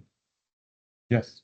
So I think for me, I can go both ways on this. I think it's appropriate for us to address something here. I think my preference would be that the stop sign and the crosswalk coincide with each other on center lawn. While that we would be stopping traffic on Rose Lawn, pedestrians that are crossing would gain the benefit of us also getting stop sign crossing, as opposed to kind of diluting both of them and having to be a little confusing. But if the data says there's more traffic, and it's significantly more on Rose Lawn,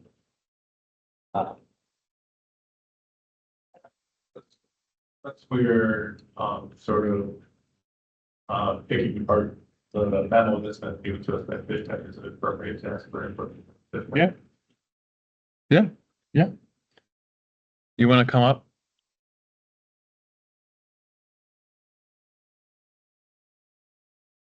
So we're on Rosewood Avenue and Central Lawn Avenue. Basically, I believe the memos, recommending a stop sign on Rosewood southbound at Center Lawn. And we're discussing the alternative of having it be on Center Lawn where it, approaches Rosewood, westbound of Center Lawn. So that we could have a crosswalk north-south across Center Lawn and then a stop sign to complement it. Sorry, crosswalk over here. Yes, sir. Sorry, are you talking about the crosswalk or the stop sign as well? Crosswalk and stop. Oh, and stop, Sorry. okay. Just left mouth. Do you not see a problem with the crosswalk? running perpendicular to the stop traffic.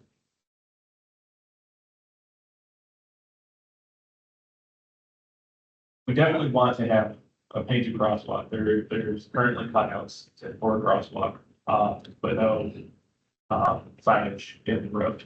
So we want that.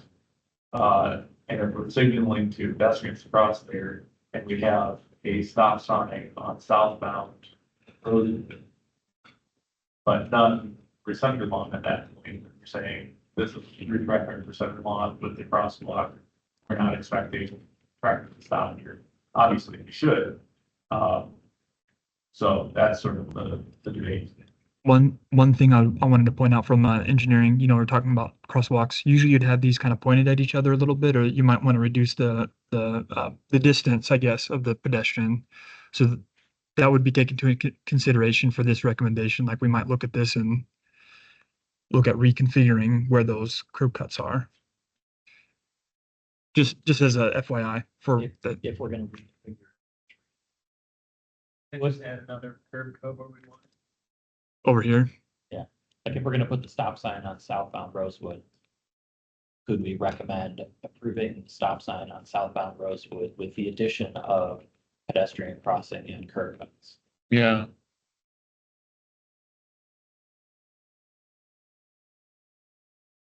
There's a curb cut just a little further down on the second lawn. The southwest. Oh, yeah.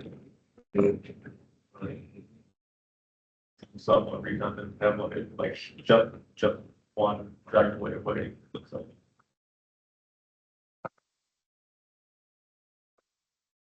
So there's one there. This is an old aerial as well, or old. That might be updated since it, but yeah. So that goes across here. Noah, did you want, so the motion that's been made, it is different than what our discussion is. Are we still going to move with this motion? Evan? Can I give it my? The motion was to recommend the southbound stop line Rosewood stop sign and the crosswalk connecting the two existing cutouts. Yeah. Any other discussion? I guess I want to kind of raise the question again. Are we interested in, if we're gonna put a crosswalk in, do we want to just put the crosswalk on Rosewood? So instead of recommending to put it on center lawn, let's recommend to put it on Rosewood, because we require one curb cut. But we already may have to do a curb cut because the center lawn one's done lined up, the way that we would probably want. I see. I misunderstood the recommendation. I'll amend the motion to remove reference to the crosswalk and recommend a curb cut on the west side of Rosewood and crosswalk across from Rosewood. Is there a second to the amended motion? Second. Seconded by Warner. Okay, now we're going to have a discussion on the amended motion. Is there any other discussion? Seeing none, all those in favor? Aye. All those against? The amended motion is approved. Going to 4.5, discussion on stop signs requested at the intersection of Rosewood Avenue and South Lawn Avenue.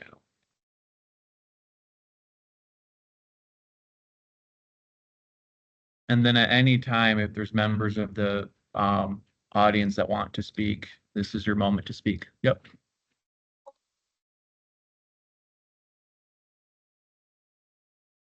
So first I'd like to note that in the St. Francis School plan, which I understand was not the end all be all to this, but this was determined before that there should be a stop sign.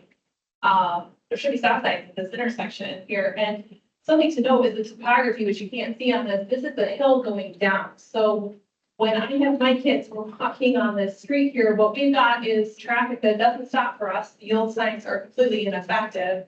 And then you have traffic here that can just go as fast as they want, and it's gaining speed going down this hill, making that the crisscross intersection that we just looked at even worse than it is. So it was pretty baffling to me as to why the stop sign request here was not recommended in the Fishback report.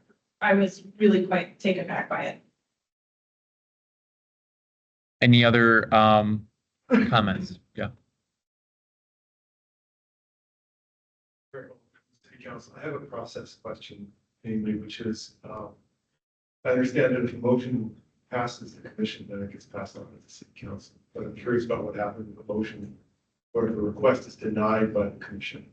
Does it stop here or does it move to the council because the commission's advisory? And the question is, who's the ultimate authority that's the decision? That's my question. I can speak on the norms. I've been on the commission since 2021 and we've never made a motion that was denied. So I can't speak to historical context. If that scenario ever happened, would our city liaison still bring the failed resolution motion to city council for discussion? I don't know the answer, council member, because since I've been on the commission, most of our resolutions have been near unanimous and we've never actually had that scenario come up. But Stephen, I don't know if you can maybe talk about the working processes of our body. Yeah, so I think as I understood it, or when I asked the question as well, what was explained to me is, you guys can vote to approve the stop signs and then or recommend the stop signs. It goes before council, regardless of staff, recommendation. If there's no action, then there's no action. So not necessarily like a denial, like voting to deny it, you're just not taking any action on the item. And then staff, kind of goes by our memo recommendation. We don't move forward with that. And then I guess it kind of stops there. So I guess your question is, council member, is that we have a discussion item that we don't want to recommend, can city council still take it up, is in a sense, that's what you're asking. Stephen, again, that's never happened since I've been on, so I leave it up to how that actually occurs. Yeah.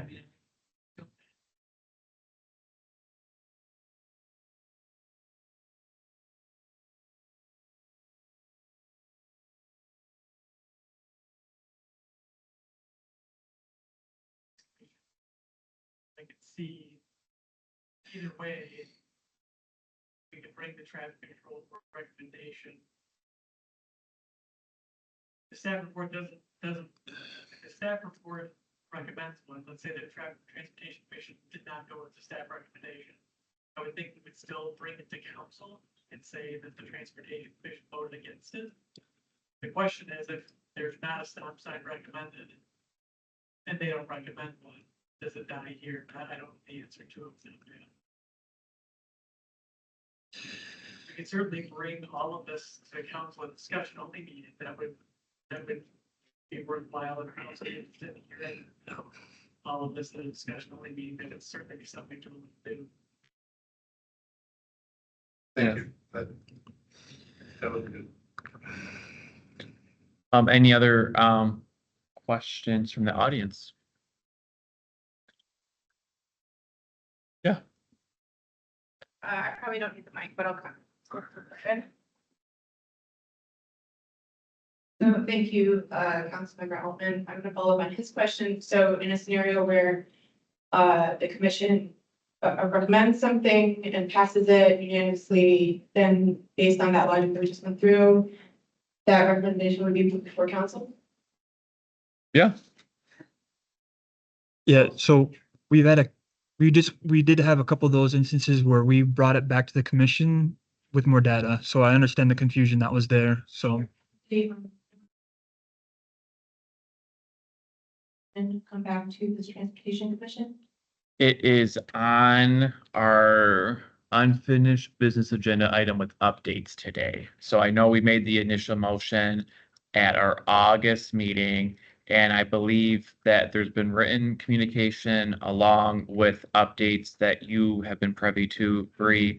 And that I think we're gonna get an update from city staff on where that lies, knowing that we made a motion on doing a cut through on Kensington and other neighborhood streets in the area.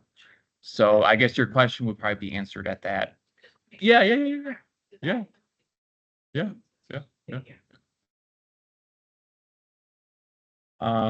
So going back to 4.5, the stop sign requests at Rosewood Avenue and South Lawn Avenue.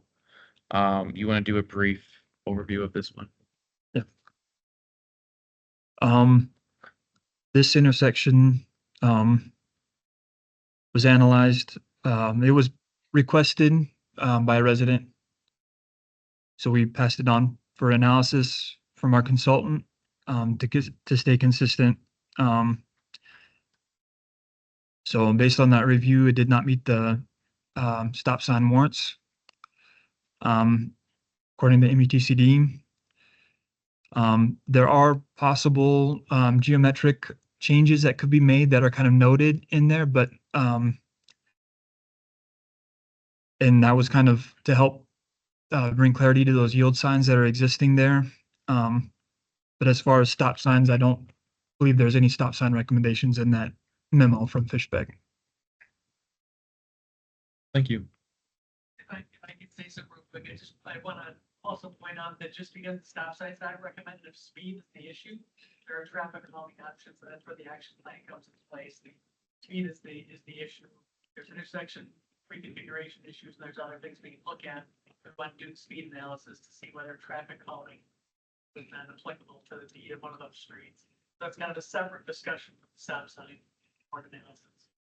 Yeah, I think that's a really good distinction that we, for a lot of these, there's the next step of talking to the neighborhood presidents as well and the residents. So there's continued discussion and dialogue. It's not like it ends with the stop sign. There's a continued open discussion and more to come. Better comment about all of this, so I think what is pointing out to me, it's not about a specific intersection, stop sign or no stop sign, but to me, when I read and hearing the neighbors' concerns and requests for stop signs, to me, this is kind of showing a pattern where residents are clearly and rightfully worried about speeding, reckless traffic through the neighborhood, but the consultants' reviews show the stop signs don't meet the standards, right? That seems pretty obvious. And won't really solve the problem. And I've been doing research and I agree with, you have a handout here, stop signs, why not? Mm-hmm. So I agree with that. At the same time, I agree with the neighbors' concerns. So what this is telling me is conversation for maybe another meeting, because time is really running short here. But these memos are valuable because they clearly show and defend the city and showing that we're not going to put stop signs here. We have a reason why, because of the consultant. He's backing us up. I assume that's why you paid a lot of money to the consultant to do the study, so you have the backup for not doing it, and which is fine. But I think what's missing, and that's the subject I'd like to bring up at future meetings, is there seems to be a big gray area where residents want help with speeding. Stop signs aren't going to work, but they don't see, and the city doesn't seem to be providing a clear, structured way to respond to the tools that actually work. I mean, I know we have the traffic calming plan, right, that mentioned, but I think when I look at that, it seems like it's not yet optimal for the residents, because I think if it were, then they would be requesting these other options. So I think we need to do some work, the city needs to do some work in that regard, and I think as a commission, maybe we could constructively discuss this at future meetings. So I'm both agreeing with the decision not to put stop signs, because I read the consultants, I've done research, but at the same time, I'm saying, yes, let's not stop there, because something needs to be done, and I think the frustration with residents, if we focus on stop signs, is it seems like the stop sign is gonna be quick, and I think they've seen so much stalling on the part of the city with doing anything else that they're requesting stop signs, and they feel like, you don't put stop signs, nothing's ever gonna happen in their neighborhood. So that's just kind of a meta comment on, it goes beyond the decision tonight to vote on stop signs or not. I just thought I'd bring it up. And due to the interest of time, I know we still have other agenda items. I think this one, the fact that it was not recommended and we might have to do like a speed study or get a different kind of rationale to kind of fix this intersection because it's a little bit goofy again, just it doesn't really align correctly in the curve cuts and whatnot. So if there's not a clear, decision, I just think we kind of leave this memo untouched for the time being, just in the interest of time. Yes, Nathan. So I want to jump back quickly to something Council Altman said that many items that we get, we are not empowered to take action. We are empowered to give a recommendation to council. And my interpretation has always been that these items are council asking us for our opinions. So we would be issuing a motion either way to communicate to council. This is an instance where we do not see the specific request meeting requirements versus this is an instance where we do see requirements being met. And so I've always interpreted our action over my term as being not that we are a step in the process, but if someone asks our opinion, we will provide that opinion. And so we would always return something if we were always given the ask. So in this moment, I would feel like either we have an obligation to provide a response back, which is based on this, we don't see this, we can continue to investigate it, or if we feel there's not a time sensitive nature to this and we do have an opportunity to follow up at the next meeting to continue conversation, I can see that. But if we're saying, let's do some studies and we'll follow back up on it, I feel like we're not giving council the response that they are looking for, which is we've been asked to weigh in on something with our expertise and experience. So I think there's two different thoughts since I've been on this commission. I agree with what you're saying, Stephen, that there's times that city council directly puts something on our agenda and they want our opinion. And then there's sometimes city staff through, our neighborhood action plan, through just organically coming up from their end, they put things on our agenda item. So not everything that we have in our agenda comes from council, but since we are advisory in nature, the actions that we take go back to council. So the idea that I would table this discussion item is purely just because we don't have the sufficient time to discuss this item. Not that we're denying the motion, denying the memo or agreeing with the memo or wanting to alter the memo. It's purely knowing that we don't have the time sufficient enough to have a proper dialogue on it. So that's how I would understand as chair, my understanding of how things get placed on our agenda. Yeah. I think unless they're gonna lock the doors at 8 o'clock, we should finish this slide. My opinion. I'm fine. I have nothing else to wait. I think let's get through and just keep moving and then we'll I know people have other things going on, but let's just table this one and we'll see where we are if we want to go back. So same thing with the discussion on Linden Street, the discussion on Snyder Road. I think we just kind of move forward to on the unfinished business since we do have members who want to speak on the Harrison Road truck.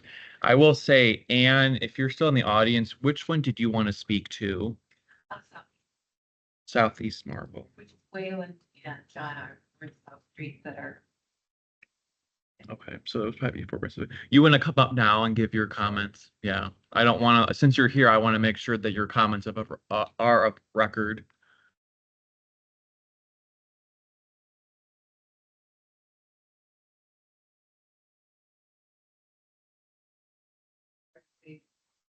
On our Wayland. Wayland hasn't really been addressed, and I live on the corner of Ann and Wayland.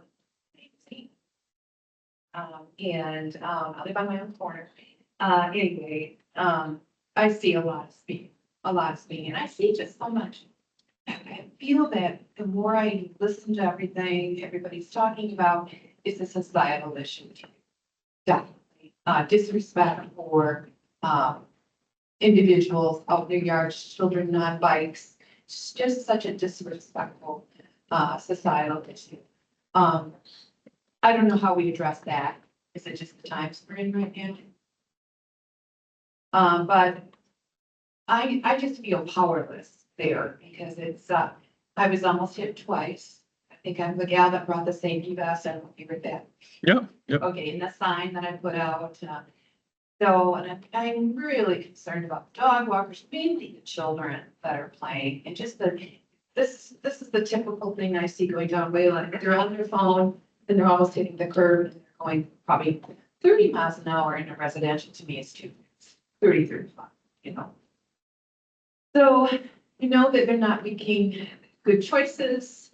They're texting, or they're looking at their phone, they're speeding, and again, just a disregard for respect to the people in a neighborhood. I don't know how we do that. I don't know if it's just society, like I said, again. Now I do feel the little signs I put out really help. I don't put them out all the time because then they ignore those after a while. I put them out when my granddaughter's there. It says, kids and pets that play, please slow down, something like that. So those do help. So maybe some, you know, let's do some signs. Let's do some signs of some sort. And I do think that we have a field that's always covered by a tree on Ann Street. Then I field on the other side of my corner that I'm on. And that's totally disregarded. That is blown through quite a bit.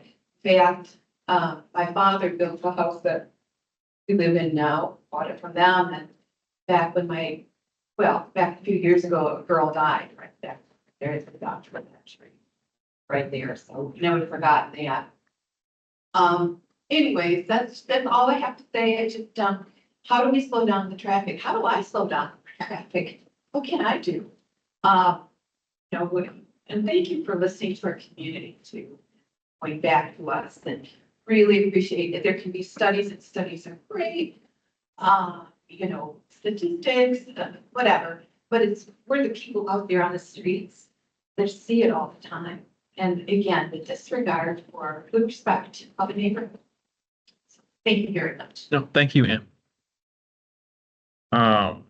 Just so I want to be clarified, knowing that we have other agenda items, is there, can I entertain a motion just to put 4.6 and 4.7, 4.5, 4.6 and 4.7 at our next meeting on, you know, November, just in interest of time? So moved.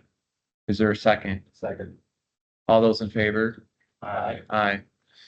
All those against? Okay, motion passes. On our unfinished business agenda, 5.1 Harrison Road truck traffic discussion. Bree, if you want to come back up. Bree? Are you good? Yeah, Carissa, yeah. So I know we have had discussion back and forth between this commission, city staff. Yeah, so, Stephen, do you want to discuss kind of the heavy traffic and the construction traffic that's been going on Harrison Road? I know there's been times where it's city traffic, it's construction traffic. I didn't know if there's an update that can talk about the heavy traffic cars on Harrison Road. Yeah, we appreciate the concern of the truck traffic. You know, we do take that very seriously. We are looking into it. I think part of our, since we had that meeting back August and then even earlier than that, is really kind of looping that in with the Harrison Road project. They are looking at counts. The consultant was here actually in the audience, so they were hearing some of your comments, which would be helpful, I think, in further discussions with them. The next steps of that is they have counts. It hasn't been, we don't have the results of those counts yet. We're having a follow-up meeting this week with them, with our consultant for that project. And then sometime later in October, there's going to be like a public neighborhood meeting to discuss some of the what we call phase 2 of that project. And that'll kind of look at some of the options or present some of the initial findings of that study. And then of course, Ron was successful in emailing MDOT and they were responsive. It was a good part, good showing of good faith from MDOT to actually talk to their truckers and remove the trucks that were barreling down from their US 127.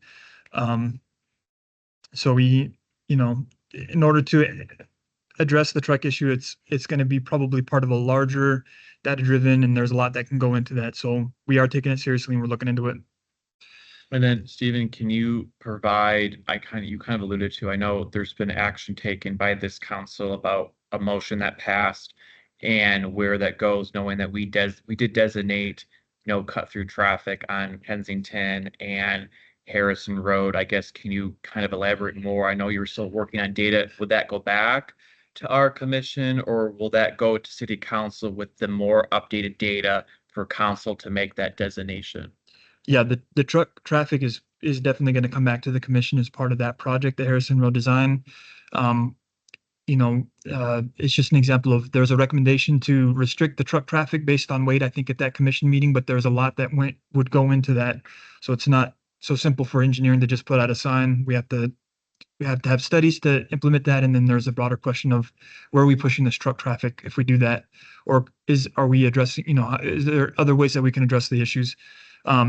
The Kensington, we are also continuing. There was a concern there of pushing the traffic to other local streets, which is why we kind of took a step back and started analyzing traffic on Cali and traffic on Highland, and also working with our MDOT partners to relay this concern with the Michigan crossover. There was construction that was done to close some of the crossovers that existed at Cali and Highland, and left the one at Kensington, which so that's kind of where we stand, I guess, on that. I know it's not but there is an intention to bring those items back to the commission at a later date. With the data that would make another motion, and then that would go to council? Correct. Okay. So that's the update we have on the recent motions we made on the no cut through traffic. So we made the motion. The city staff is getting more data to make a better informed decision that will come back to our commission for us to review our original motion, and then that would get kicked to council, if I understand you correctly, Stephen. Yeah. And the dates of those and everything are not, to be transparent, they're not set yet. I'm not sure exactly when the dates would be, but the Harrison Road project would come before the commission as part of that process of being approved by council. And then the Kensington is, will be, I don't know when that's coming back either, but there will be a future date when we plan to bring that back as well. Carissa, do you have any comment? Yeah.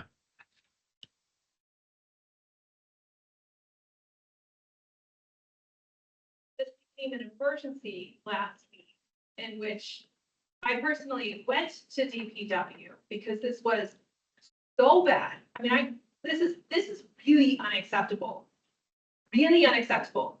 I have noticed a pattern here of DPW continuously stalling our efforts. Me, myself, other people, we have gone to enormous efforts to petition the city to fix these problems. We are being met with nothing but resistance. Nothing but the city spending tens of thousands of dollars on studies in which other communities would just put up the stop signs. They would just temporarily ban the trucks until you could figure out what else is going to go next. This is completely unacceptable going through a school zone. It's completely unacceptable. You're spending literally $50,000 on our consultants here who are between $100 and $200 an hour of city taxpayer money here. When other communities would have a mayor or a council just decide to put this up. We are tired of being blocked. We've been blocked over and over and over again. We want to study this? Great. You're welcome to come out to my kids' crosswalk tomorrow and watch us dart these Mack trucks. We're tired of it. Stop wasting our time. Stop wasting all of these taxpayer dollars. We're getting nowhere, and you're just stalling us by putting us through one extraordinarily expensive study after another. Enough. Absolutely enough. We will hold you accountable if one of these things hit our kids. We're serious about it. Enough. Thank you. Any other comments? Just to follow up, I'm the one that took that picture. I was trying to take video and I have a new phone, I couldn't do it. The truck had to stop so hard that the tip of the truck hit the road. If you zoom in and look, there's a kid on a bicycle and a parent on a bicycle standing in the crosswalk. So I understand that like you have to do studies and stuff like that, but this is an immediate need. We are subject matter experts. We see it every single day. For instance, for the Kensington Road cut through, right? We got super excited, thought it was gonna get in front of council. I've shown you the data. I showed everybody the data. I showed you the GPS apps and how it goes up. We asked for the no through traffic so that we can get the GPS apps to stop. The response that we got from DPW and from Ron was that you wanted to look around and you want to figure out some other things and generally basically ask nicely of the apps to stop sending traffic up because you're worried about traffic being pushed to other roads. As you mentioned, there was crossover work that was done in 2019. There are no other roads for this traffic to be pushed up. This is so much more consideration being done for roads that do not exist. There is no access, northbound access to any of the sides of the roads that are perpendicular to us to go up to our neighborhood for them to be diverted to. The next street is Harrison, which is what it should be. So what we've been hearing all night is the same thing, is you have subject matter experts in your neighborhoods. They are bringing forth a concern. You are asking the wrong questions when you're collecting your data. The data doesn't prove the real lived experiences of your constituents. And then we just keep getting ping pong back and forth. I mean, we stood with hundreds of people and showed how every GPS app sends all traffic up my street. So it's really disheartening and very disenfranchising to put this forward to your own data, show the proof, everyone agrees the proof, and still have it be stopped. And then be stopped for an uninformed question of, well, we're worried about it's going to get pushed to other streets. Thanks to DPW and MDOT in 2019, there are no other streets for this traffic to be pushed up to. I think that's it, right? Yeah, I mean, we feel extraordinarily dismissed. And we're really at a loss. of where- What's the end game? What is Well, it? I don't wanna, no. Yeah. We don't, if you could help us understand what the end game, if there is a better solution that is not temporary, that is not beholden to DPW staff to pick up the phone and call MDOT, we are willing to hear it. But that is what the answer we keep getting, and we'll email them again. We'll email them again. We'll ask them again. We're having good conversations with the apps. When you could have just taken the recommendation, pushed it through, sorry, now I'm directly through the chair speaking to DPW. Pushed it through, followed Robert's rules, and got in front of council and had a real conversation and debate. There's no question I proved the data. You did the traffic study that had listed as the one, and I proved that what you were showing in your story was not true. So again, we did everything we were supposed to do. And then we got to this point and pushed and got it through, and then we're stopped again with uninformed questions. Well, and I think I think to answer your question is that there's no cut through designation. There's no city street that we have that designation for, Yeah. to my knowledge. So this is something completely new that this body, city staff has handled. So again, as a resident, I think we are going through the proper channels. We hear you. You've been through numerous of our commission meetings. We understand it's going through kind of this secondary review process with city staff that is the No, I'm speaking on myself with my own perspective as the chair, that city staff communicates with me updatedly on what's happening with the no cut through designation that this body did take. And I do think it's a little bit unique just because the city hasn't had a designate a street as no cut through traffic. So I think there's just some hesitation to make sure we're going through the proper channels. So I don't want to paraphrase what you're experiencing, but from my perspective, this attention has been the eyes are on the no cut through on Harrison and on Kensington. So I don't think we are ignoring the problem. And I think city staff, if you were here in the beginning, Steven's only been here for 3.5 years. There's no other engineers that have that longevity. So, there's a lot less staff knowledge. There's a lot of other constraints with city budget constraints. So there's a lot of moving pieces, but I do think every city staffer that does work for us, I do think they do their best with the resources they have.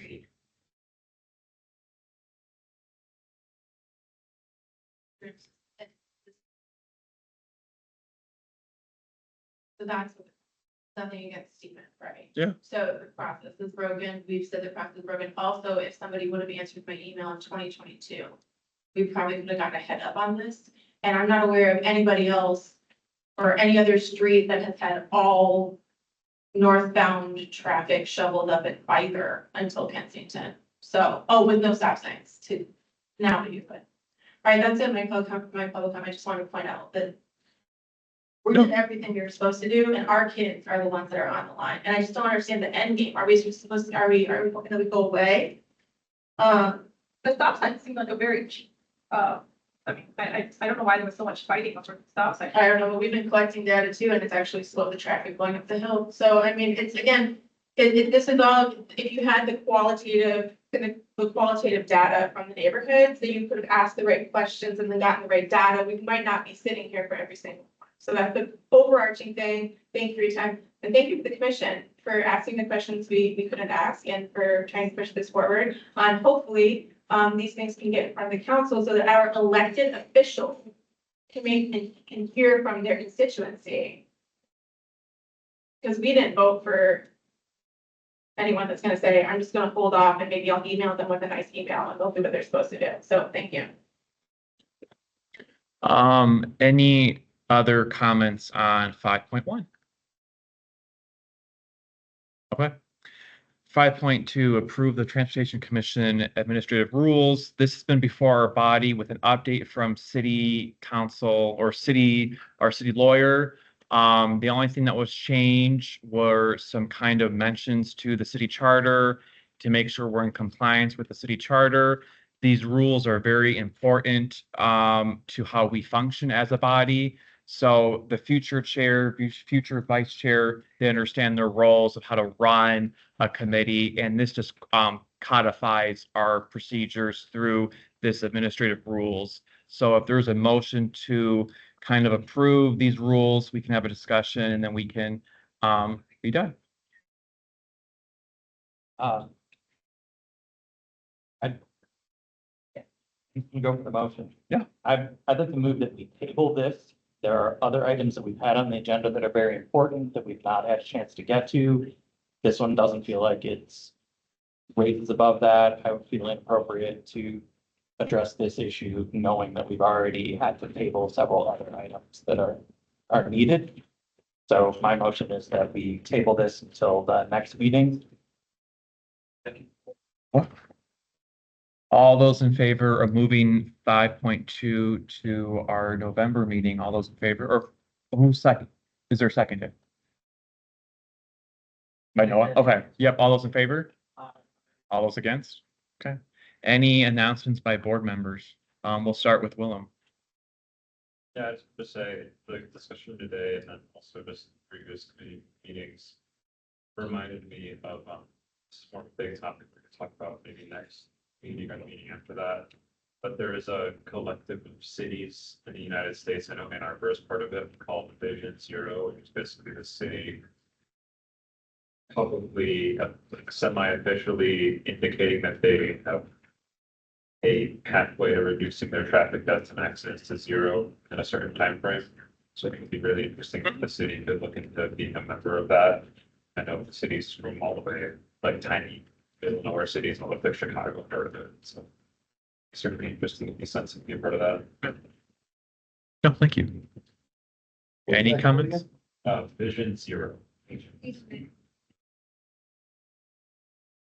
I have my exactly, but I still understand the issue when. You want to use your mic? I said, I told you it's a people regard the city because it's relatively a very small city compared to where I come from. But I understand the issues when people say that there is a physical issue when new students come into the campus and they do not understand the sentiments of the community and neighborhoods. I am part of MSU. I believe that I also represent it. if there's any way we can bridge or create a communication channel where we can get in someone to represent from MSU and have this collective dialogue on how we can create an awareness about making the city safe. Even MSU as a school, the Department of Planning is working on the projects of safe routes to school. And we understand. So if there is something that we can do, I would like to take the lead on that and help bridge that. No, thank you. Quan. Things moved fast for my slow brain, so I did want to. I'll put my comment here for item 5.1 on the trucks, which I hope discussion can be continued, but. I don't know, so I think trucks on this narrow congested road are, as you can see, an issue for a lot of people. I've been on that road, last 3 are in the bicycle friendly Lansing, and we biked up and down the road, so biking down, I see it's incredibly narrow, and I see how trucks are replacing that road in comparison to bike lane here. Trucks, long stopping distance, huge mass, right? High driver eyesight, so that, how can they see the little kids? It's probably very hard for them from the cabins. Large blind spots, we all know as drivers, protected in tons of steel, we're told, watch out for the blind spots of trucks. So I imagine the fear for parents have for their children where, they're even smaller and less protected. So I think we really need to get on the ball and acknowledge the citizen frustrations about the trucks. At the same time, we do need to consider diversion impacts, as Stephen said, traffic is a network. So if you ban trucks, which I am in favor of, but you still need to kind of consider. So I think maybe for the next meeting, I'd like to propose, just giving you a hint, that first of all, state law doesn't require these huge studies to ban trucks. I think I studied some court cases about truck bans in other cities. Apparently, Michigan courts have upheld school zone restrictions based simply on engineering judgment and resident complaints. You don't need a huge study to ban trucks until then you can do the study concurrently. But it seems like it's a safety issue, which I think it is here. So there's nothing stopping us, I don't think, legally from banning trucks in Harrison. And I think also at the same time, because even that, if we were to decide to ban trucks in Harrison, meanwhile, we've implemented some things which is really good. The city has the pedestrian signs and so on. But I think there's a lot more you can do quickly to enhance safety. I think you could put solar powered RRVs, for example, advanced stop bars, speed cushions, curbing. Well, curbing sections wouldn't work there because it's already so narrow. So, even little cars barely fit that stretch. But I think you could mitigate the truck risks very, very quickly if you wanted to. And I think that's the frustration of some residents is that nothing is being done.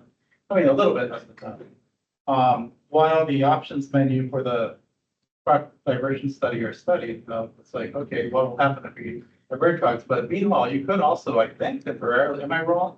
You could temporarily divert trucks. You don't need a huge study, right? Temporarily divert truck. I mean, yeah, ban trucks from that stretch of Harrison without a huge study. You can't do that. How, like just with a truck sign? Yeah, you could just. I guess that's all you can really do with the cities that have banned trucks from a certain street. Yeah, I'd be interested. You talked about the case or I'd be interested in those if you have those and can send them to me. Yeah. But usually what I'd be familiar with is you would need some kind of TCO or some kind of other recommendation before council to have a truck ban. Like we couldn't just put up like a no trucks on this road for a major road, as far as I'm aware. A little bit of action. Yeah. Diverting trucks, but also doing a study. What's going to happen if you do divert trucks from Harrison? Are they going to cut through little side streets or do they have options? Right. But at the same time, something needs to be done now. I think the residents are echoing my concern that not enough is being done. And I think that kind of broadens the scope to other areas of safety of the city where I think people feel not much is being done. They've been asking for years. Yeah. I think that's my general comment. A bigger issue and also the trucks. Yeah, and I appreciate those, like those the RFB and everything. Those are going to be considered as part of the phase 2. And I know maybe that's not fast enough, but I just did want to put that out there that is part of the consideration for those. Oh, no, thank you. Noah, We had a really successful bike month. We held a bike rodeo September 27th. I think we had 25 or 30 kids come out, learn how to ride bikes, learn hand signals, how to start and stop, interact with the riders. I held a lot of group rides. Bicycle Friendly Lansing is working on. We've got some bicycle counters that we're trying to place on the trails, to get an idea of some cyclist volume.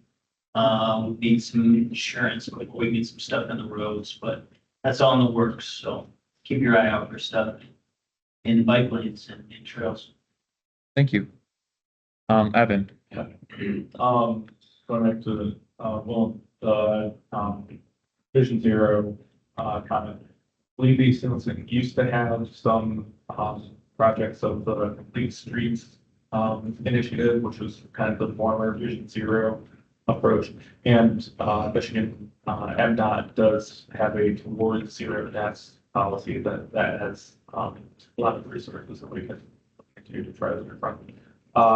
Even the new website showing all the initiatives and like all the comments and like studies that like are currently ongoing, that's awesome. That's like, so that's great. I love seeing that. Another thing that I want to mention, quoting a MLive article, from, last month, updated data here. Last year, the state reported 1,773 vehicle crashes involving bicycles, like a marked 20% increase from 2023. 38 counties reported year-over-year increases in vehicles hitting bicyclists. Of those counties with the most crashes, Hingham, Kalamazoo, and Ottawa had the largest increase, each more than 40%. Traffic has changed. I think we are still catching up with this new landscape. I think we don't have tools to handle what's going on right now. We're trying to figure out how to handle this. And I think that the traffic calming action plan needs to be updated to allow for faster, cheaper implementation. I think interfacing with neighborhoods more is very important. I really want everyone who's coming out to keep coming out, to keep their voices raised.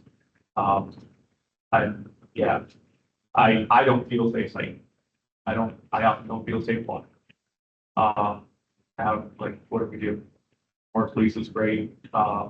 We need to change our perspective and philosophy of this being a people first city, not car first.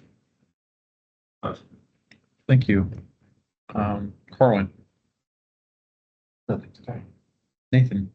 Okay, I don't have any comments. So is there a motion to adjourn? Thank you. Motion made by Willem, seconded by Noah. All those in favor? Aye, we are adjourned. And make sure you guys turn off your microphones.